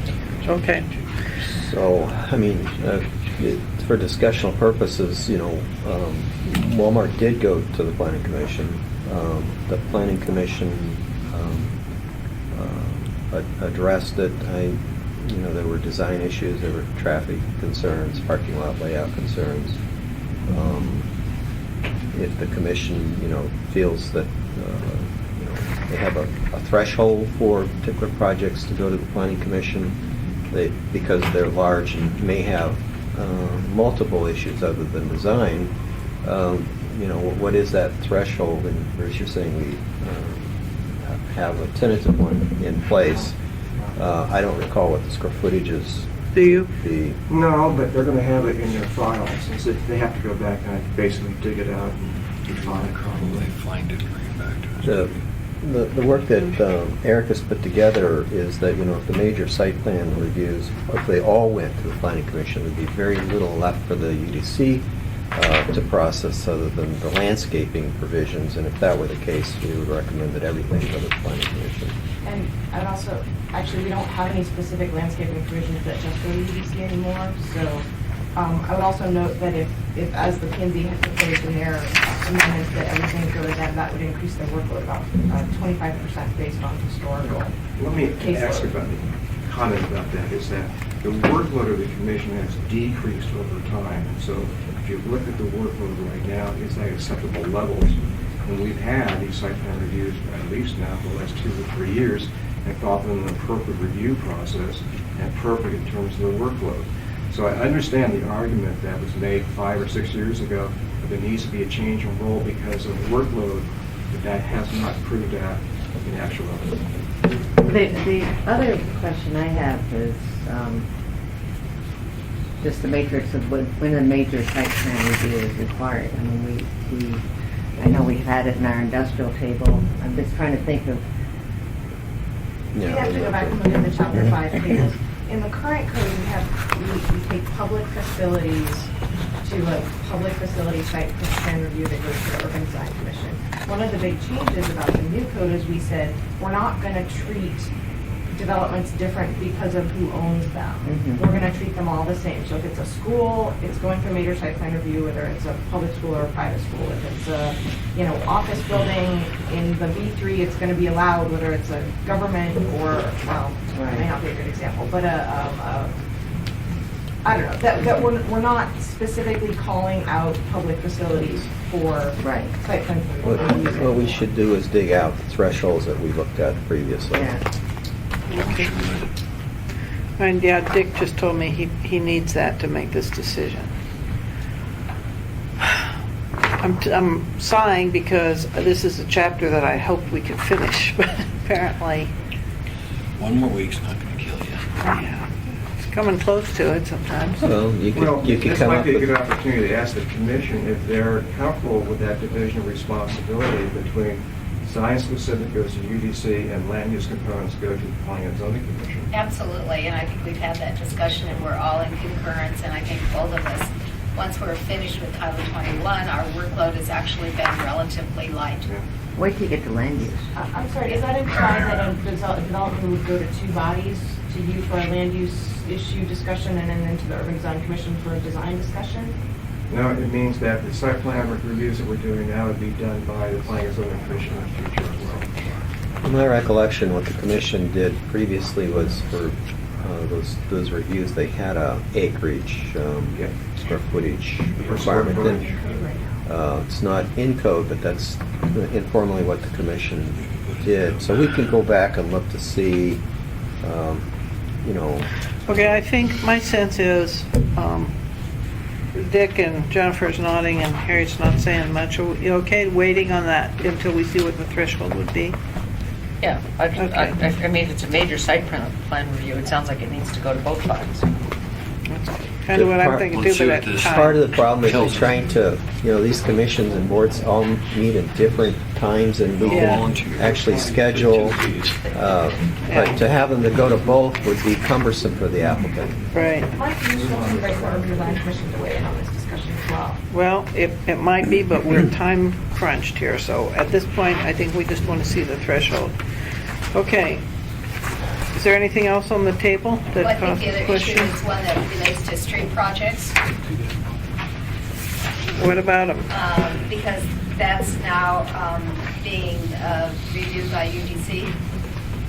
And, I think that certain parts of street projects are appropriate, but major streets affect land use significantly. There are 2 streets that we've had before this commission that have received a lot of public input.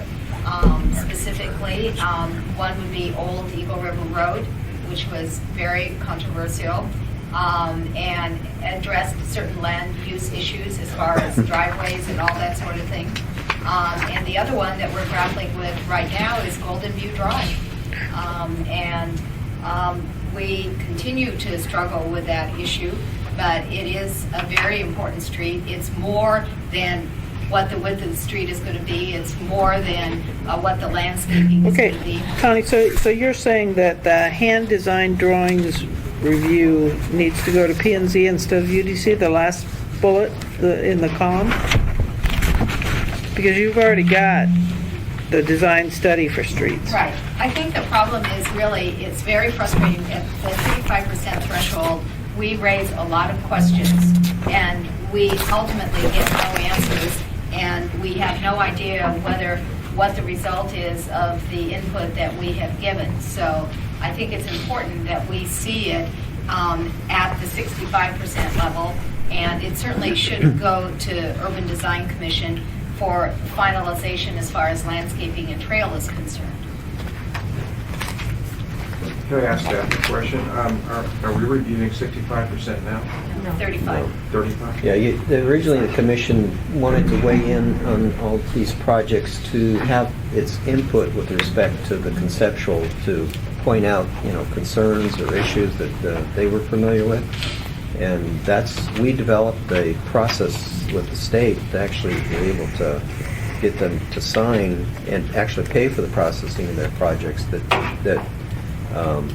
process outline was that it would go to P&Z at 35% and then on to the UDC afterwards. But what I'm hearing is that, Connie's saying is that, they raise issues, they want to know how they're resolved, or secondly, that maybe you want to continue to look at them.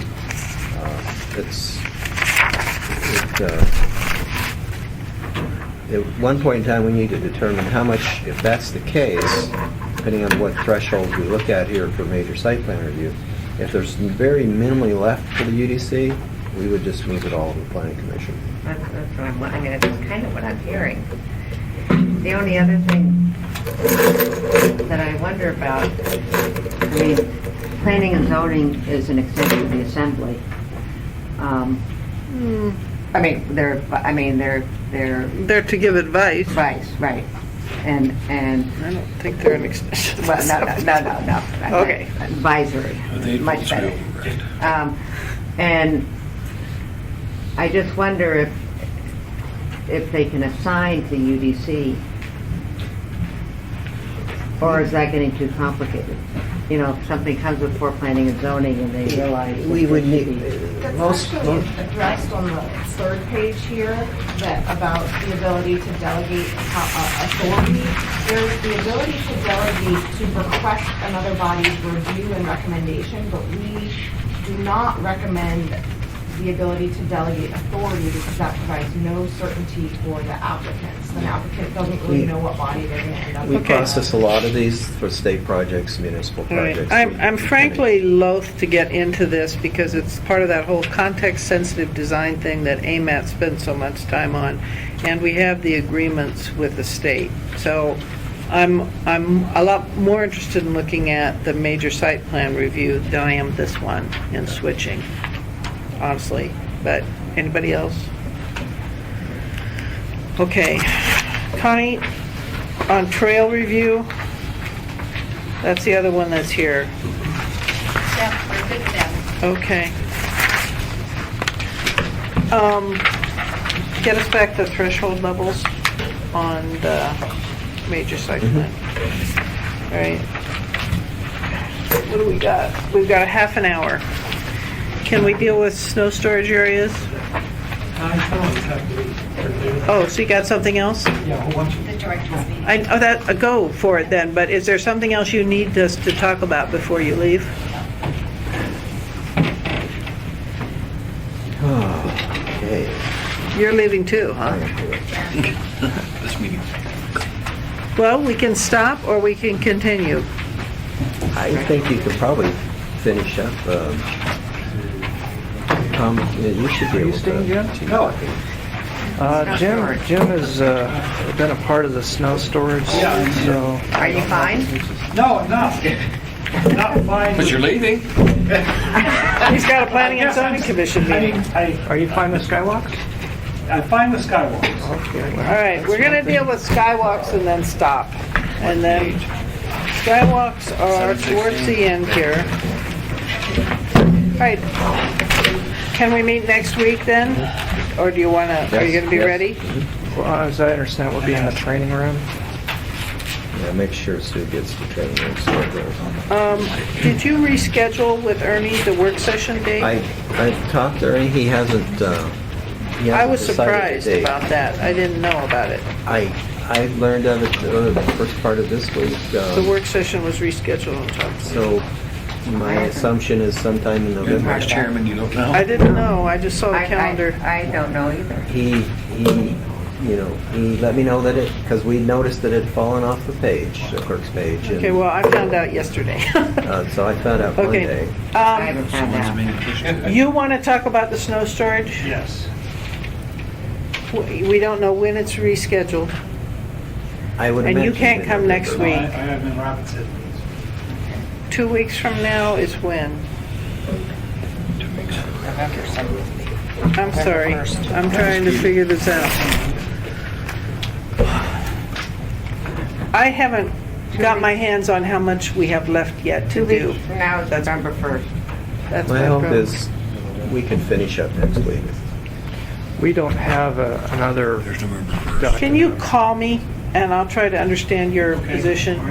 Next And- week's the 25th of, I apologize, but I've gotten, You have a life. yeah. You're permitted to have a life. thanks for being here. Okay, we're going to go ahead and meet next week. And then we'll look at what's left after that. Okay, let's go to Sky. We can do walkways too. Maybe we can. Okay, walkways and Sky. You want to do the walkways first? What number are they? Page 27. 26. Page 27 and 26. 24, I'm just going backwards. 24. Page Recommendations 24. on 31. Thank you. For walkways, the recommendations on Oh, no, 27 and that's 28, Skywalk. sorry about that. Skywalk. 27, 28. That's where the actual language is. Okay, so, I kind of asked Jennifer to Right. take the lead on this because I got all convoluted. And I looked at it, and I feel fine with it. And just to make sure, if you go to page 28, if I understand this correctly, you have this campus here. With the modifications, you would not have that east to west walkway, right? Yes, it would basically be Xing out. Okay, So the- you're just doing direct routes to streets from major entries. And we had a discussion earlier on this as far as what's a primary street and what's a, Right. when you come to corner lots, and that was the only part I was not. We looked at that, and we're sometimes in certain cases it could actually be more appropriate to go to the street that's not the primary Right. frontage. We've dealt with that in another part of the code on a different issue where we created a way for the applicant and director or reviewer, I think it was the director in that case, to decide to go to that other street. So we could do a way to allow for that deviation administratively, building on the language. Basically, it's in Chapter 6 for the maximum setback, because the maximum setback for this mixed-use development is based on the primary street frontage, but there's this way to say, well, it doesn't make sense. Right. So you can do the other street. We could add that in here and still preserve the focus on the primary frontage. Other communities just say do the street sidewalk. With that. So Anybody else on this? Okay, I go with what Jennifer suggested then.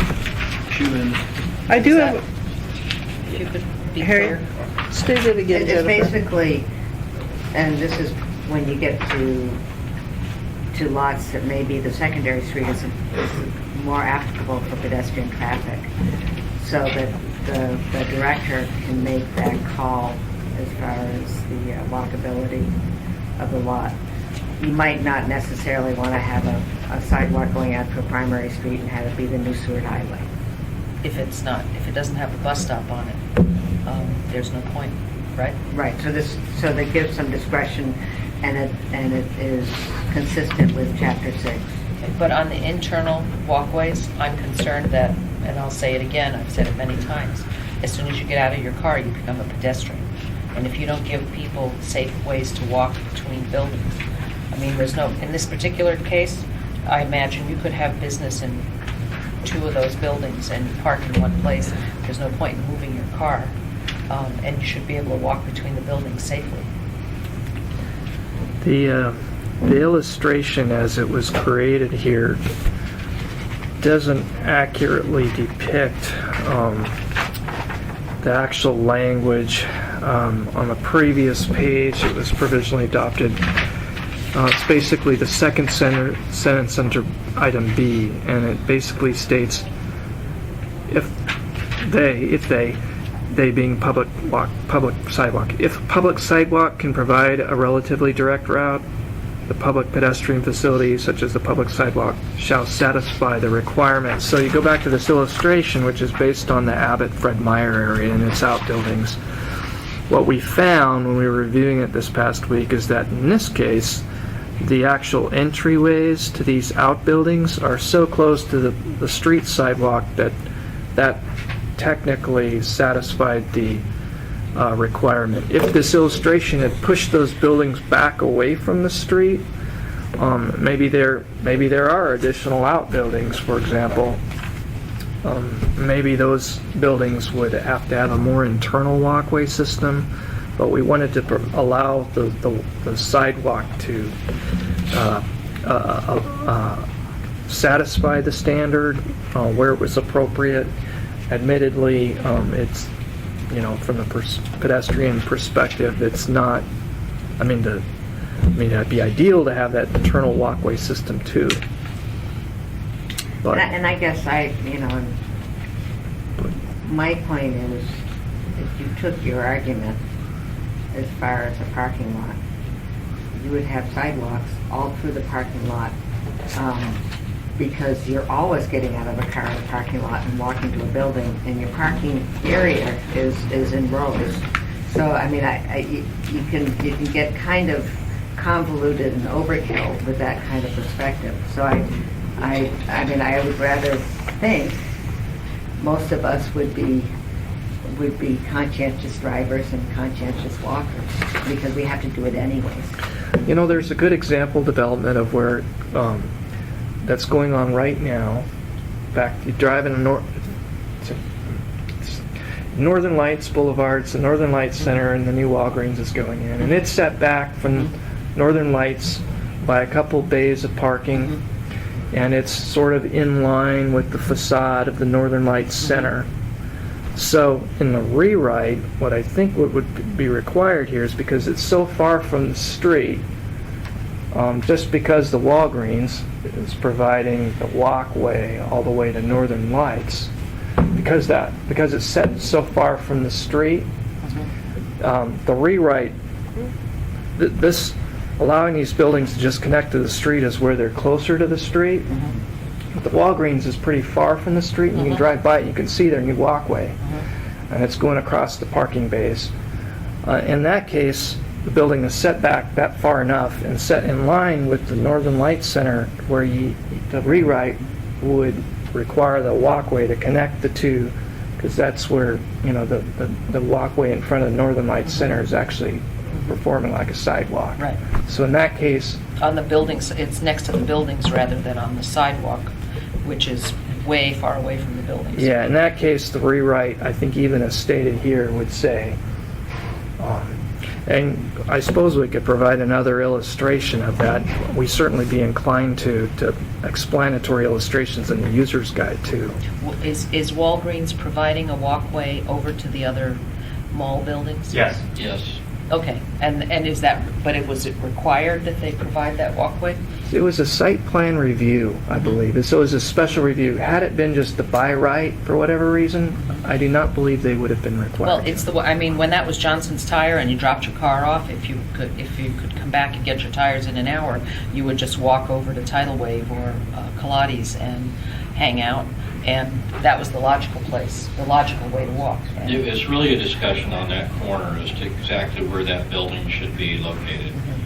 And the staff really wanted it pushed all the way out to the street, which kind of convoluted how people would use it as well. So there was a compromise reached so that where the building would line up and build its walkways actually lined up with the interior walkway down the face of the mall, which already The existing And walkway. it seemed to make a lot more sense, so Right. that's why it was done that way. Yeah, it does make sense. The rewrite in all cases basically require that walkway connection. On the current code, it really only happens through negotiation in a special conditional use or site plan review process.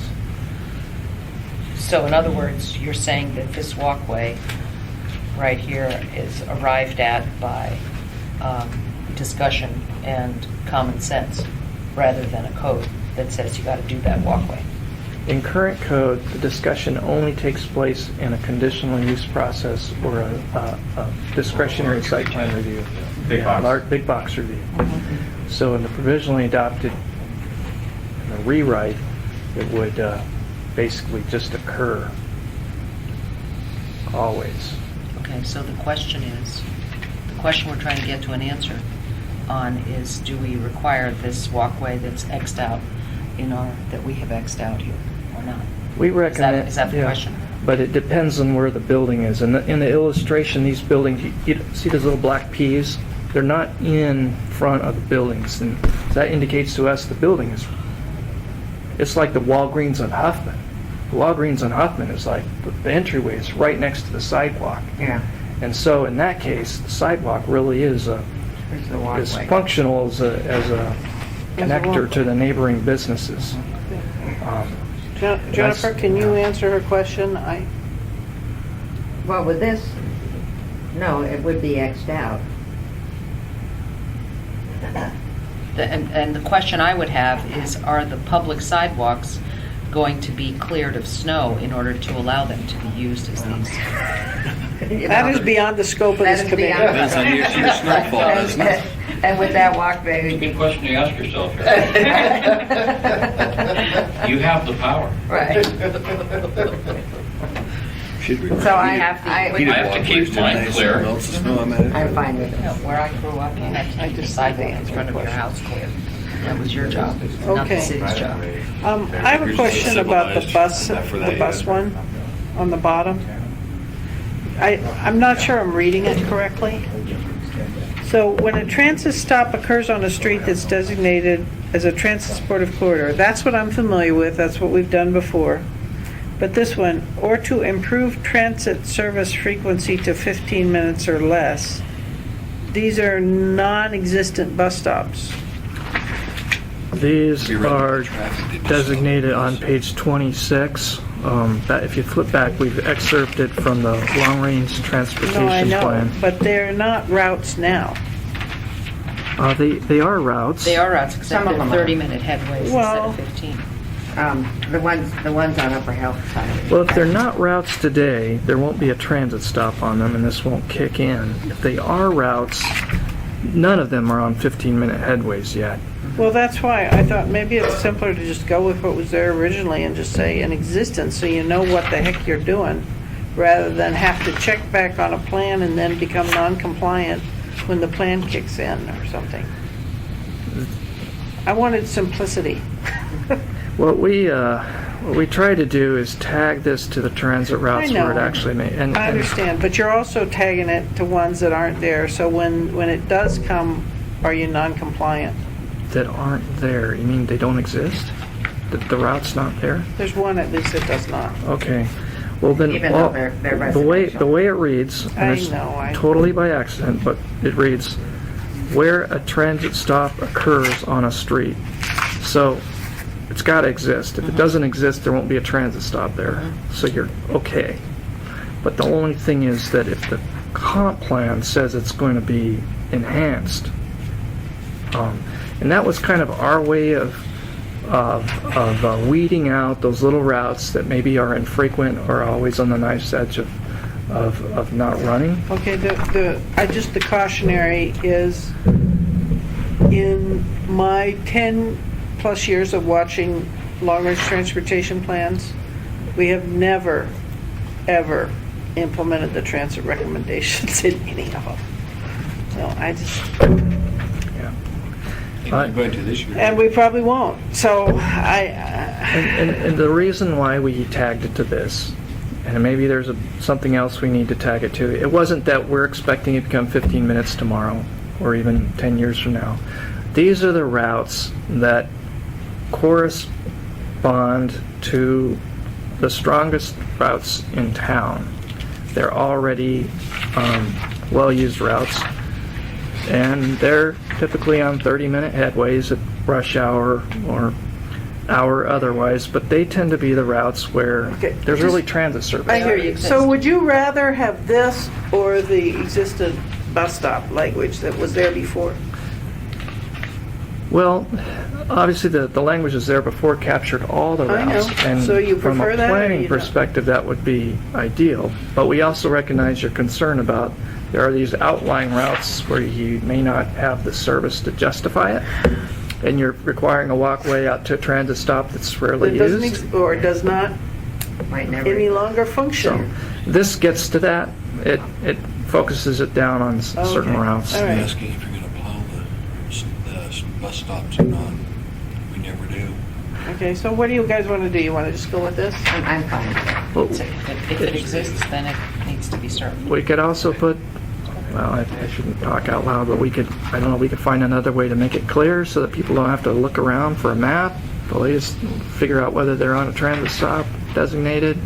There could be a map. Now, I guess my thought was, and maybe it doesn't matter since it says when it occurs, I didn't want a developer to have to pull out the long-range transportation plan, the transit section, to find out if they're on that thing or not, to know when they plan their site. I wanted to make it simpler for them when they plan their site. And I thought, look out a window, that's simple. Dig up a plan and find out, okay, is this in the 15-minute is a little hard. But I suppose. but your language is, I Maybe guess, we could okay. provide a map. No, let's, No? If transit is in the process of considering new locations for the bus transit center and all that stuff, yeah. that may affect some routes. Yeah, routes And how they change work. all the Yeah. time. Yeah. Some of them don't, but a lot of them do. And If we go to this hub system, it's going to change a lot. I know. I wonder if transit still, don't they have a central bowl service area map? Their primary service area They st- map? I mean, the maybe routes we are not just gonna use that change map much. as That's a where they basis end instead up. of all these routes. What did they say, Denali Street? Who knows these new transit satellite goes in? I just want simplicity Try to make it and simpler. ease, and maybe I can't ever get there. So, Wow. I don't know. Okay. Skywalks? So, the long and short of it is that we're recommending that that there be the issue was raised, and basically what's occurred is that something got lost or was inadvertently not put in to the rewrite, and that's sort of explained, but On page 31. yeah, so the idea is that we would develop an updated Standard. but Okay. at the moment, a placeholder All is right. what we can propose. Okay. Any objection or concerns with the Skywalk section? I'm very glad it's going back in. Thanks to you. We should call this the Tim Potter Skywalk section. All right. Thank you. Okay, we'll go with that. What's left in here, Tom? Is that it? Snow storage. Okay, and we're gonna hold that till next week. And we're gonna hold, no, next week. Why's that?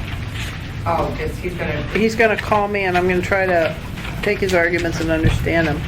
And we're gonna have the differential on the major site plan review threshold. Versus UDC. Yes. Yeah. So I know those two issues. Title 21, buildings over property lot lines. Oh, is that close? Have we gotten anything from Wheeler on that? Or were we waiting for Wheeler on that? We have. We should have an answer by next week, and I need to talk to you more about it. Okay. It's All right. complicated. We could also try to bring back, the Assembly Committee directed us to provide language with possible amendment to the dumpster screening provision.